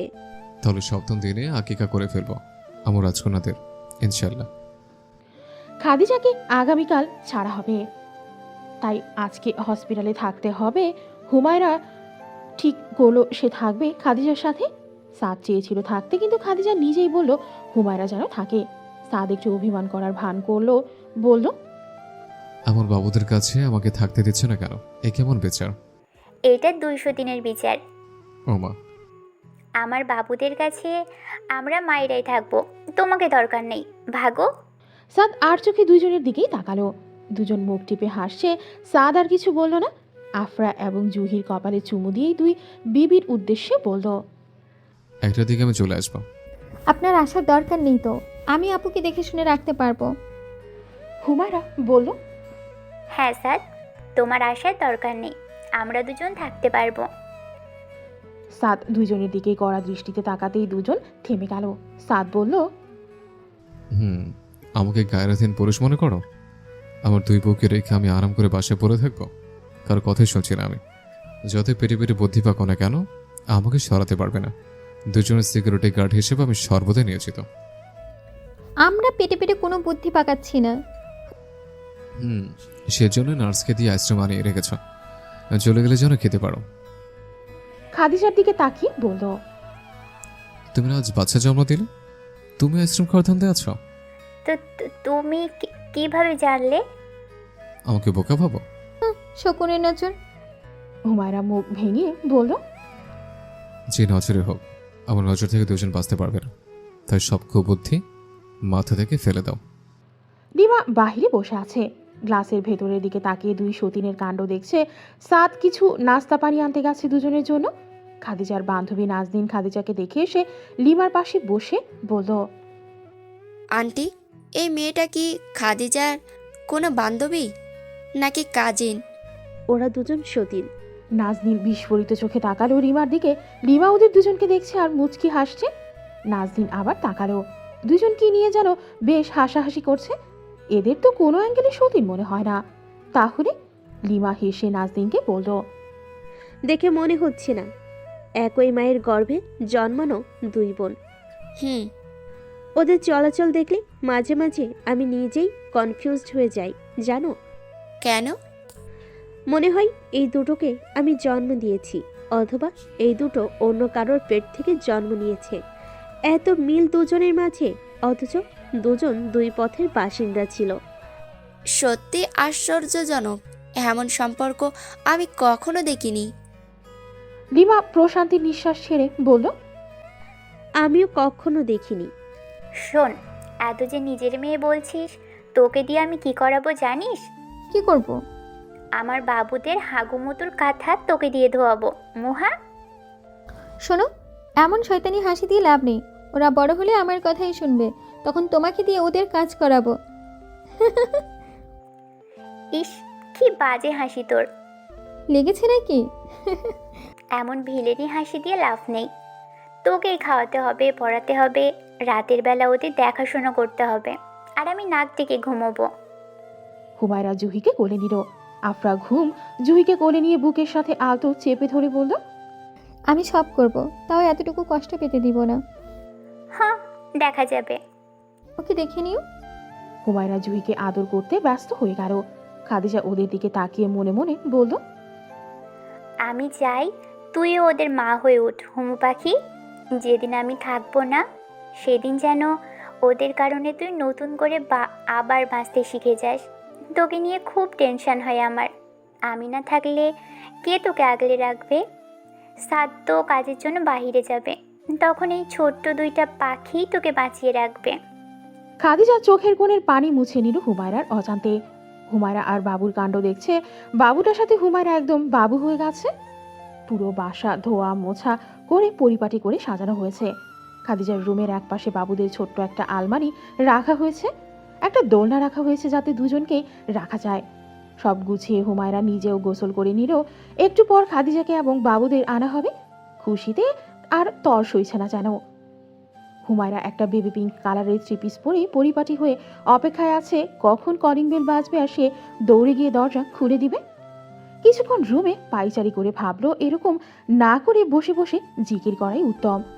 এতে সময়ও পাস হবে, কিছু আমলও হবে। কলিং বেলের শব্দ কানে আসতেই হুমায়রা বাতাসের বেগে দৌড় দিয়েছে। দরজা খুলেই হাসি হাসি মুখ করে দাঁড়ালো সাদ। খাদিজা হেসে ফেললো হুমায়রার কৌতূহল দেখে। হুমায়রা সবাইকে সালাম দিয়ে আফরাকে কোলে নিয়ে নিল। দুজন টুইন হলেও মনে হয় না টুইন, চেহারার গঠন আলাদা আলাদা। সবাই খাদিজার রুমে গিয়েই অবাক। ডেকোরেশন খুব সুন্দর হয়েছে। খাদিজা হেসে বলল, বাহ হুমু পাখি, খুব সুন্দর সাজিয়েছিস তো। তোমার পছন্দ হয়েছে? তোর মেয়েদের পছন্দ হলেই হলো। সাদ জুহিকে দোলনায় শুইয়ে দিয়ে বলল, আমি ফ্রেশ হয়ে আসছি। হোমো পাখি, আমার কাপড় দিয়ে যাও। আপনি নিজেই নিয়ে নিন না, আমি বাবুদের সাথে আছি, দেখছেন না? সাদ হুমায়রার দিকে কিছুক্ষণ তাকিয়ে থেকে চলে গেল। খাদিজা মুচকি হেসে আফরাকে হুমায়রার কোল থেকে নিয়ে বলল, আগে স্বামীর আদর্শ পালন করোগে যাও, আমি আর মা আছি বাবুদের সামলাতে। হুম। হুমায়রা রুমে ঢুকে আলমারি থেকে কাপড় বের করে বেডের উপর রাখলো। পেছন ঘুরে দাঁড়াতেই সাদের মুখোমুখি হয়ে গেল। হুমায়রা একটু ঘাবড়ে গেছে। সাদ কিছু বলছে না, কিন্তু এমন এক দৃষ্টি নিক্ষেপ করেছে তাতেই ভেতরে ভয় কাজ করলো। চোখ নামিয়ে কাঁচুমাচু করছে ভয়ে ভয়ে জিজ্ঞেস করলো, কি হয়েছে? সতীনের মেয়েদের সামলাতে গিয়ে সময় দায়িত্ব ভুলে গেছ? আসলে আমি খেয়াল করেছি, বেশ কয়েকদিন ধরেই লুকোচুরি খেলছ। কেন? তেমন কিছু না, আপনি ভুল ভাবছেন। যত্ন নেওয়া ভুলে গেছো আমার। সরো, কাপড় নিতে দাও। হুমায়রা সরে গিয়ে মাথা নিচু করে দাঁড়িয়ে আছে। এই কয়েকদিন সাদ হুমায়রাকে কাছে ডেকেছে, একটু সময় চেয়েছে, পাশে বসতে বলেছে, কিন্তু হুমায়রা ইগনোর করেছে। খাদিজাকে নিয়ে এত বেশি এক্সাইটেড হয়েছিল যে এদিকে একজন যে কষ্ট পাচ্ছে সেটা খেয়াল করেনি। হুমায়রা সাদের দিকে তাকালো। সাদ হুমায়রার দিকে পিঠ করে দাঁড়িয়ে আছে। পেছন থেকে দেখে বুঝলো ক্লান্ত হাতে শার্টের বোতাম লাগাচ্ছে। এই কয়েকদিনে খুব বেশি চাপ গেছে তাদের ওপর। তারপরও এই মানুষটা একটুও বিরক্ত প্রকাশ করেনি, নিজের সর্বোচ্চ চেষ্টা করেছে যাতে দুই বিবির কেউই কষ্ট না পায়। কাঁধে চিমটি কাটার ব্যথা অনুভব হতেই সাদ ঘাড় ঘুরিয়ে তাকালো। হুমায়রা ওর দিকে বোকার মতো তাকিয়ে আছে। ইতিমধ্যে চোখের কোণে পানি জমে গেছে। সাদ কপাল কুঁচকে মুখ ঘুরিয়ে নিল। হুমায়রা পেছন থেকে জাপটে ধরে ফুপিয়ে কেঁদে ওঠে। সাদ পাত্তা দিল না। হুমায়রাকে নিজে থেকে ছাড়িয়ে নিতে চাইলে সে আরো শক্ত করে জড়িয়ে নিল হাতের বন্ধনে। সাদ বিরক্ত হয়ে বলল, কি শুরু করেছ? ছাড়ো, ভালো লাগছে না। প্লিজ মাফ করে দিন, আর এমন হবে না ছাড়ো। প্লিজ। হুমায়রা কাঁদো কাঁদো মুখ করে সাদের সামনে এসে শক্ত করে জড়িয়ে ধরল। সাদ রাগ দেখানোর ভান করে বারবার ছাড়িয়ে নেওয়ার চেষ্টা করছে, আর হুমায়রা ততই শক্ত করে চাপড়ে ধরে রাখছে। এক পর্যায়ে সাদ চুপ করে গেল। হুমায়রা মুখ তুলে বলল। সাদ ঠোঁট টিপে হাসল। হুমায়রা প্রথমে রেগে গেল, পরে সাদকে জড়িয়ে ধরে বলল, প্লিজ মাফ করে দিন, আর এমন হবে না। বাসায় বাবু আসবে সেই খুশিতে আপনার দিকে নজর দেইনি। প্লিজ আর রেগে থাকবেন না। হুম, রাগ কমেছে? যখন পেছন থেকে জড়িয়ে ধরেছ তখনই রাগ কমে গেছে। তার মানে এতক্ষণ আপনি নাটক করেছেন? একটু একটু। সাদ টুপ করে চুমু বসিয়ে দিল হুমায়রার নাকে। হুমায়রা লজ্জা পেয়ে সাদের বুকে মুখ লুকিয়ে নিল।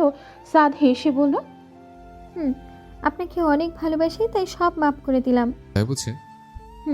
আচ্ছা, বাবুদের আশায় খুশি হননি? প্রথমবার বাবা হয়েছে, খুশি না হওয়ার কারণ তো দেখছি না। তুমি, আমি, খাদু পাখি আর আমাদের আরো 2টা পাখি যোগ হয়েছে। খুব বেশি খুশি। না চাইতে আল্লাহ আমাকে অনেক সুখ দিয়েছেন, আলহামদুলিল্লাহ।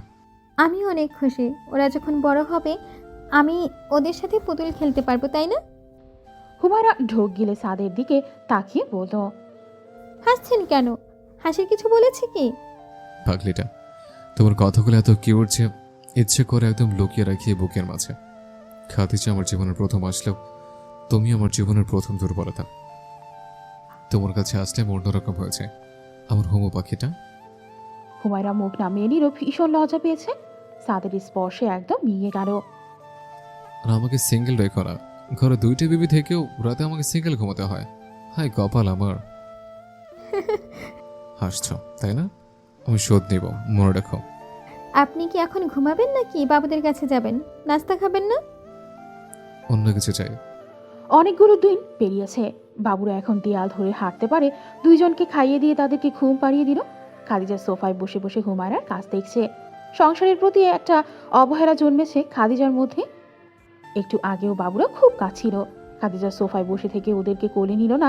হুমায়রা দৌড়ে এলো। খাদিজার দিকে তাকিয়ে ছুটে আফরা জুহিকে কোলে তুলে নিল। হুমায়রার কোলে যেতেই দুজনেই চুপ হয়ে গেল।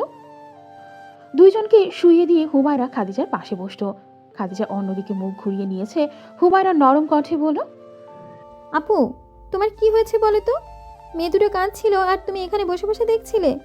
এমন তো তুমি ছিলে না, তাহলে এখন এমন করছো কেন? আমি চাই তুই বাবুদের প্রতি যত্নশীল হয়ে ওঠ, যাতে তোর বাবু হলে তাদের সামলাতে পারিস, বুঝেছিস? আর কিছু না।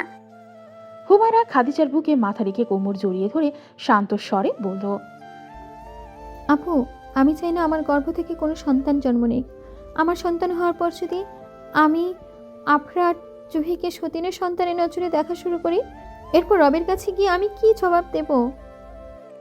তাই বলে আমি সংখ্যাবোধ করি আপু। কখন আমার নফস আমাকে উস্কে দেয় বলা যায় না। কখন আমি শয়তানের চক্রান্তে বন্দী হয়ে যাই জানি না। তাই আমি সবসময় দোয়া করি আফরার জুহি যেন আমার সন্তান হয়ে থাকে।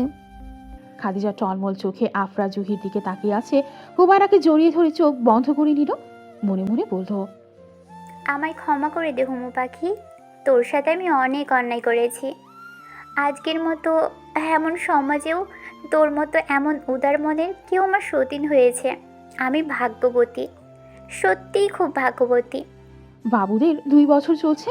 এখন আধো আধো বলিতে কথা বলতে পারে। সাদকে বাব্বা বলে ডাকে, খাদিজাকে মা বলেই ডাকতে পারে, আর হুমায়রাকে মাম্মাম বলে ডাকে। সাদ রেডি হয়েছে কাজে যাওয়ার জন্য। খাদিজার রুমে ঢুকে ভ্রুকুচকে তাকিয়ে রইল সাদের দিকে।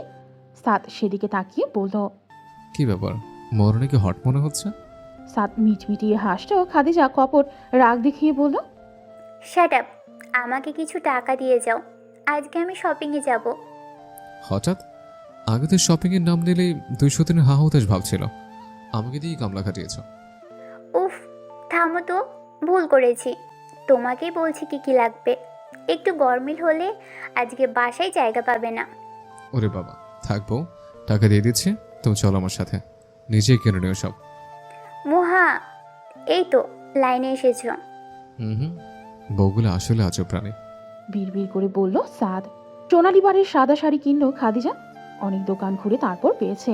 এবার গেল কসমেটিক্সের দোকানে। গোল্ডেন কালারের বড় বড় 2 জোড়া ঝুমকো নিয়েছে, লাল 4 ডজন কাচের চুড়ি, ভিন্ন মিষ্টি সুবাসের 2টা পারফিউম। কেনাকাটা শেষ করে গাড়িতে বসে খাদিজা সাদের উদ্দেশ্যে বলল, পারফিউমগুলো লাগিয়ে আমি আর মুহু তোমাকে মাতাল করে দিব। সাদ মুচকে হাসল। খাদিজাকে বাড়ির সামনে নামিয়ে দিল। খাদিজা যাওয়ার আগে সাদকে বলল, শুনো না, আসার সময় 2টা বেলি ফুলের মালা নিয়ে এসো প্লিজ। আচ্ছা, নিয়ে আসবো। যদি ভুলে যাও তাহলে আজকে রাত সিঙ্গেল থাকতে হবে। হুম, ভুলবো না। আজকে বিকেলের দিকে চলে এসো। জো হুকুম রানী সাহেবা। সাদের গালে চুমু দিয়ে বেরিয়ে এলো গাড়ি থেকে। সাদ মুচকি হেসে চলে গেল। ইদানিং খাদিজা বেশ টেনশনে আছে, কারণ এখন প্রায় সময় প্রস্রাবের সাথে ব্লাড যাচ্ছে। কেন এমন হচ্ছে কিছুই বুঝতে পারছে না। এদিকে আফরা এবং জুহি হুমায়রা বলতেই পাগল। এখন সব কথা সুন্দর করে বলতে পারে, মাঝে মাঝে কথা মুখে আটকায়। আজ সাদ যাওয়ার পরেই হুমায়রাকে বলে খাদিজা বেরিয়ে গেছে। উদ্দেশ্য হসপিটাল, প্রায় 2 মাস ধরে এমন সমস্যা হচ্ছে, একটু চেক আপ করানো উচিত। নাজনীনের কাছে সব খুলে বলতেই নাজনীন হতাশ মুখে বলল, আগে কিছু টেস্ট করানো দরকার। সব টেস্ট করিয়ে এখন বসে আছে, একটু পরেই রিপোর্ট দেবে। খাদিজার মনে ভয় হচ্ছে খুব। নাজনীন ডাক দিতেই খাদিজা ভেতরে গেল। নাজনীন বলল, একটা খুশির খবর আছে, সাথে একটা দুঃখের খবর আছে। কোনটা আগে বলবো? খুশিটাই বল। তুই আবারও কনসেপ্ট করেছিস? খাদিজা প্রথমে থমকে গেল, কিন্তু পরক্ষণেই খুশি হলো। চোখে পানি চলে এসেছে, ঠোঁটে হাসি ফুটে উঠেছে, হাতটা পেটে চলে গেল। নাজনীন সেদিকে তাকিয়ে একটা দীর্ঘশ্বাস ফেলে বলল, এবার আর কোনো ওয়ে নেই তোর বাচ্চা জন্ম দেয়ার। মানে?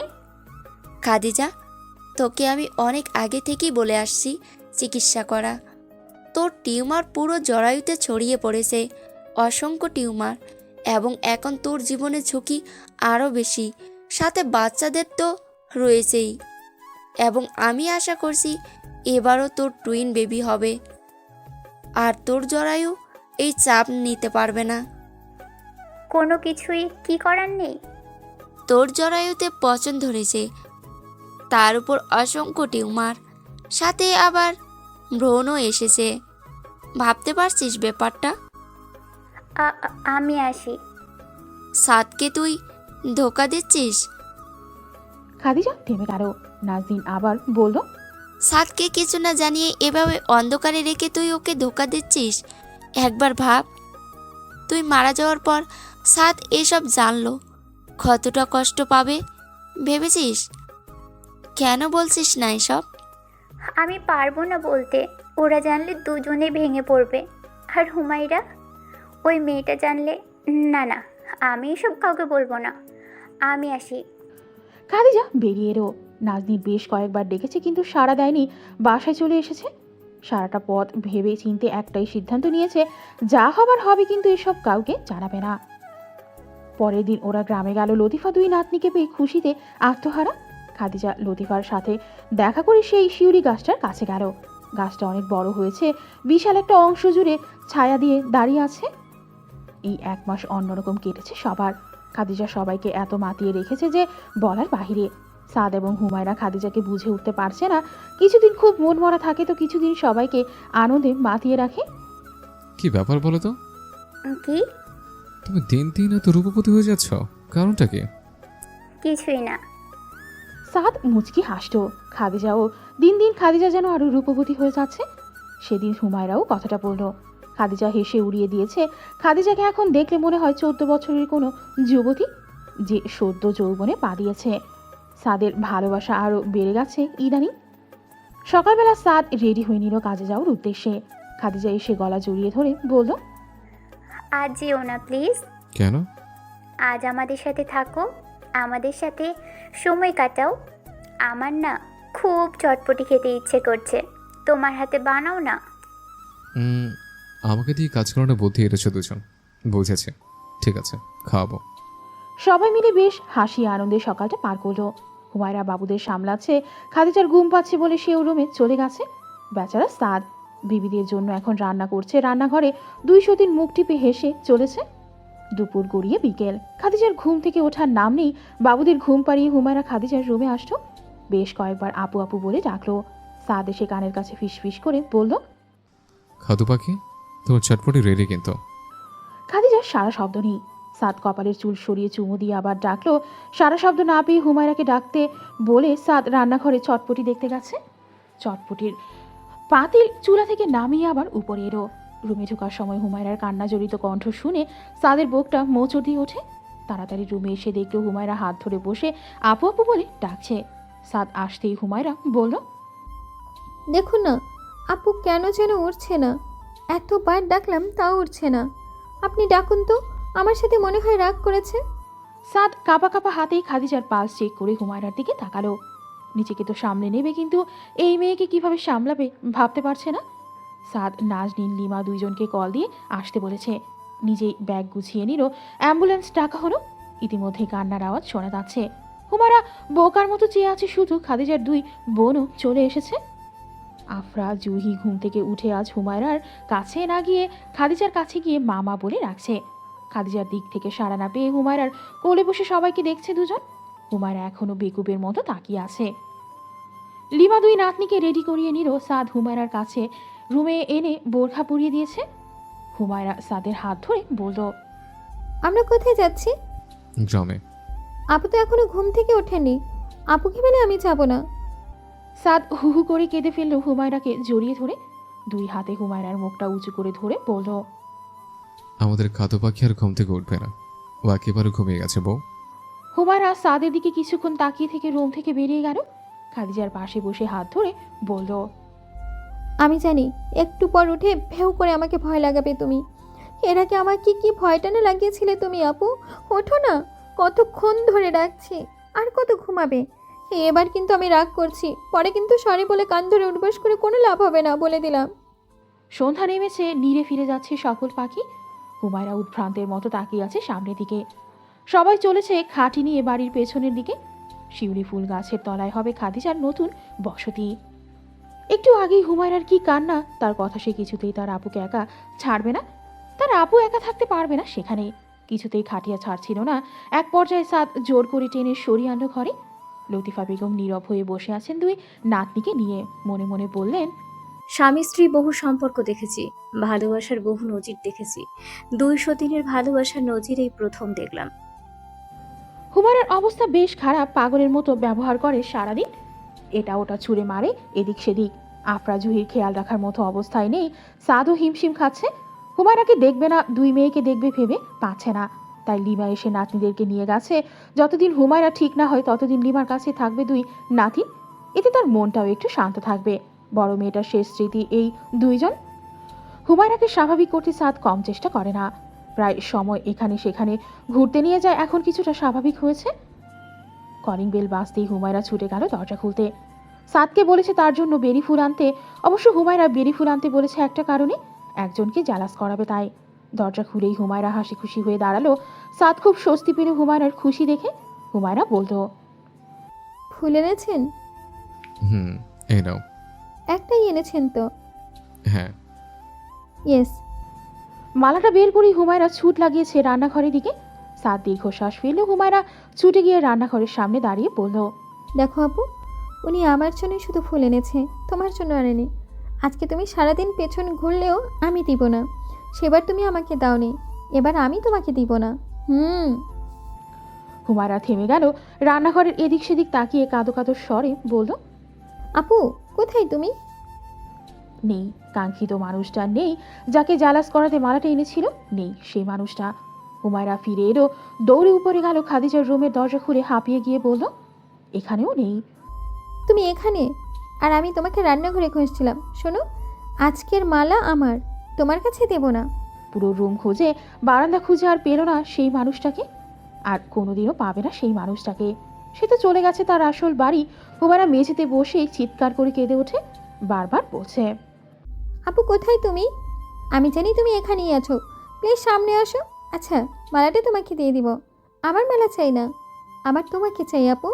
আচ্ছা, আর আমি অভিমান করব না, সত্যি বলছি। এই যে, হ্যাঁ, আমি কান ধরছি, তোমাকে আর কোনো দিন কান ধরতে বলবো না আপু।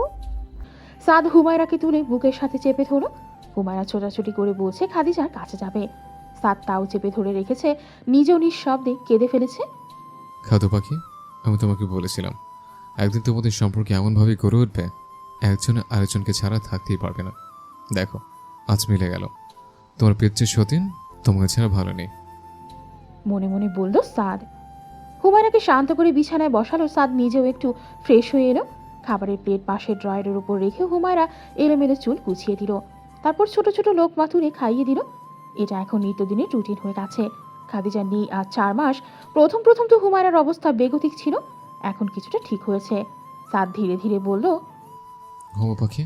হুম তুমি কি চাও তোমার বোন সুখে থাকো? হুম চাই, সত্যি। তাহলে আজকে থেকে আর কাঁদবে না। তুমি জানো না, তুমি কাঁদলে তোমার বোন খুব কষ্ট পায়। হ্যাঁ, আমি আজকে থেকে আর কাঁদবো না। তুমি একটা ওয়াদা করেছিলে তোমার বোনকে, ভুলে গেছো? কি ওয়াদা? আফরা জয়ীকে কখনো মায়ের অভাব বুঝতে দিবে না। অথচ আজ তারা তাদের মামের কাছ থেকে কত দূরে থাকছে। ওয়াদার খেলাফ হয়ে যায়নি বলো? হুমায়রা নড়ে চড়ে বসল। সাদের দিকে তাকিয়ে থেকে পানি খেয়ে শুয়ে পড়েছে, এর মধ্যেই ঘুমিয়ে গেছে। সাদ নিজে খেয়ে প্লেট রেখে এলো। খাদিজার রুমের দিকে তাকিয়ে একটা দীর্ঘশ্বাস ফেলল। মনটাকে অনেক কঠিন করে রেখেছে, কিন্তু তারপরেও মাঝে মাঝে বাচ্চাদের মতো কেঁদে ফেলে সাদ। খাদিজার বায়নাগুলো মিস করে, গলা জড়িয়ে ধরে করা বায়নাগুলো আজ ভীষণ মিস করে। মেয়েটা আল্লাহর মেহমান হয়ে চলে যাবে বলেই হয়তো দিন দিন আরো সুন্দর হয়ে উঠেছিল, আরো রূপবতী হয়ে গিয়েছিল। চেহারা একটা আলাদা স্নিগ্ধতা ফুটে উঠেছিল। সাদ খাদিজার রুমে আসছো। আলমারি খুলে খাদিজার কাপড় নেড়ে চেড়ে দেখছে। সোনালি রঙের সাদা শাড়িটা হাতে উঠে এলো। এই শাড়ির জন্য কত বায়না করেছিল, কত থ্রেড দিয়েছিল, একটু গরমিল হলে বাসায় ঢুকতে দেবে না পর্যন্ত বলেছিল। সেদিন দুই সতীন একই শাড়ি পরে একই ঝুমকো চুড়ি পরে সামনে এসে দাঁড়িয়েছিল। দুজনকে দেখেই সাদ থমকে গিয়েছিল। চুলে খোপা, ঠোঁটে লাল লিপস্টিক, সাদা 3/4 হাতার ব্লাউজ আর এই জর্জের শাড়িতে দুজনকেই সদ্য ফোটা ফুলের ন্যায় লাগছিল। আর আজ এক ফুল মরে গেছে, আরেক ফুল নিয়ে দিয়ে গেছে। সেদিন দুইজনের ইচ্ছে ছিল বেরি ফুলের মালা পরবে খোপায়, কিন্তু বিপত্তি বাঁধলো যখন দেখলো সাদ একটা মালা এনেছে। কারণ সেদিন অনেক ঘুরে একটাই পেয়েছিল। এই মালা নিয়ে দুই সতীনের মধ্যে কি ঝগড়াই না হয়েছে। খাদিজা কতই না রাগিয়েছে হুমায়রাকে। হুমায়রা ঝগড়া করতে পারে না, তাই বাচ্চাদের মতো কেঁদে দিয়েছিল। সাদ শুধু হেসেছে দুইজনের কাণ্ড দেখে। এইসব ভাবছিল আর আনমনেই হাসছিল সাদ। শাড়িটা রাখতেই কিছু খাম নিচে পড়ে গেল। সাদ কৌতূহল নিয়ে সেগুলো হাতে তুলে নিল। মেডিকেল রিপোর্ট দেখে ভ্রু কুঁচকে ফেলেছে। খাম খুলতে একটা চিরকুট বেরিয়ে এলো। চিরকুট পরে হেসে ফেলল সাদ। পরক্ষণে শেষ লাইনে কেমন যেন ঘাপলা মনে হলো। চিরকুটে লেখা ছিল, কাঠগোলাপ গাছ যেমন আগাগোড়া ঠুনকো হয়, পাতা নেই, ফুল ফোটার পরে বেশ সুবাস ছড়ায়, আমি আর হুমায়রা সেই সুবাসিত ফুল হতে চেয়েছি সাদ। তুমি আমাদের সেই ঠুনকো গাছ, আর আমরা সুবাস ছড়িয়ে তোমার জীবন রাঙিয়ে দিতে চেয়েছি। প্লিজ ভুল বুঝো না আমায়। প্লিজ ভুল বোঝো না আমায়। এই কথাটাই কেমন যেন লাগলো। খামের বাকি কাগজ বের করে দেখলো রিপোর্টগুলো। কিছুক্ষণের জন্য থমকে গেছে সাদ। খাদিজা আবারও সন্তান সম্ভব ছিল? আমাকে তো বলনি। হোমারা কি বলেছে? ও জানলে তো আমিও জানতাম, কেন জানাইনি আমাদের? আরেকটা খাম যেটা ছিল সেটা খুলে দেখলো। সব দেখার পর সাদ ভিজা চোখে মোবাইল উঠিয়ে নাজদিনকে ফোন দিল। সব জেনে সাদ স্থির হয়ে খাটে বসে পড়েছে। মনটা শুধু বারবার বলছে, তুমি আমাকে কেন জানোনি একটাবার? কেন বলনি খাদিজা? কেন কেন? মনের মধ্যে বেশ বড় একটা পাথর জমেছে। এই ধাক্কাটা সামলাতে পারছে না সাদ। এমন তো হবার কথা ছিল না। একবার জানালে কিছু না কিছু করতো সে, কেন জানায়নি? কিন্তু এই কেনর উত্তর নেই কোথাও। পেরিয়েছে অনেকগুলো বসন্ত। হুমায়রা ধীর পায়ে উঠে খাদিজার রুমে এলো। এই রুমে এখন বড় মেয়ে আফরা থাকে, পাশের রুমে ঝুঁকি থাকে। দরজা ঠেলে ভেতরে ঢুকেই ড্রেসিং টেবিলের দিকে এগিয়ে গেল। মেয়েটা সেখানে বসে আছে। আফরার বান্ধবীরা সব বেরিয়ে গেছে। মেয়েটা লাজুক হাসছে। আজ সে যাচ্ছে শ্বশুর বাড়ি। হুমায়রা আফরার সামনে দাঁড়িয়ে দেখছে মেয়েটাকে। আফরা চোখ তুলে হুমায়রার দিকে তাকিয়ে লাজুক হেসে বলল, মাম্মাম, আমাকে কি মায়ের মতো লাগছে? হুমায়রা কিছু বলল না, শুধু তাকিয়ে রইল অপলক দৃষ্টিতে। সেই সোনালি পাড়ের সাদা রঙের শাড়ি, সেই ঝুমকো, সেই চুড়ি পরে বসে আছে আফরা। মনে হচ্ছে খাদিজা বসে আছে। হুমায়রার ঠোঁটে হাসি আর চোখে পানি। এখন মনে হচ্ছে তার সতীন খাদিজা বসে তার দিকেই তাকিয়ে আছে। আফরা সম্পূর্ণ তার মায়ের কার্বন কপি। এর মাঝে জুহি এসে উপস্থিত হয়েছে, হাতে বেলি ফুলের মালা আফরাকে দেখিয়ে বলল, একটাই, তোর জন্য নেই। একটাই মানে আমি কি পরবো? আমি কি জানি? দুজনেই বেলি ফুলের মালা নিয়ে কাড়াকাড়ি আর ঝগড়া করছে। আজ তার দুই মেয়েরই বিয়ে। দুজনেই মায়েদের শাড়ি পরে একই রকম ভাবে সেজেছে। হুমায়রা চুপচাপ দাঁড়িয়ে দেখছে তাদের কাণ্ড। হুমায়রার চোখের সামনে অনেক পুরনো এক দৃশ্য ভেসে উঠেছে। দুই সতীনের ফুল নিয়ে কাড়াকাড়ি সেই মুহূর্ত কত বছর পেরিয়ে গেছে, অথচ এখনো সেই স্মৃতিগুলো জীবন্ত মনে হয় হুমায়রার কাছে। দুজনেই হুমায়রাকে জাপটে ধরতেই হুমায়রার ধ্যান ভাঙল। মেয়ে দুটো হুমায়রাকে জড়িয়ে ধরে বলল, মাম্মাম, তোমার কি মায়ের কথা মনে পড়ে গেছে? সে তো আমার মনের মধ্যেই থাকে, নতুন করে আর কি মনে পড়বে? আমার লাইফে এই প্রথম তোমাকে দেখেছি যে সতীনের স্মৃতি মনে করে আবেগে আপ্লুত হয়, আর বাকিরা তাদের সতীনের কথা মনে করে খুশিতে গদগদ হয়ে যায়, মনে মনে বলে যাক আপদ বিদেয় হয়েছে। তুমি অন্যরকম মাম্মাম। শুধু মাম্মাম নয়, মাও অন্যরকম ছিল, তাই তো দুজনের মধ্যে এত সুন্দর স্মৃতি গড়ে উঠেছে। ইস, আমি যদি তখন থাকতাম।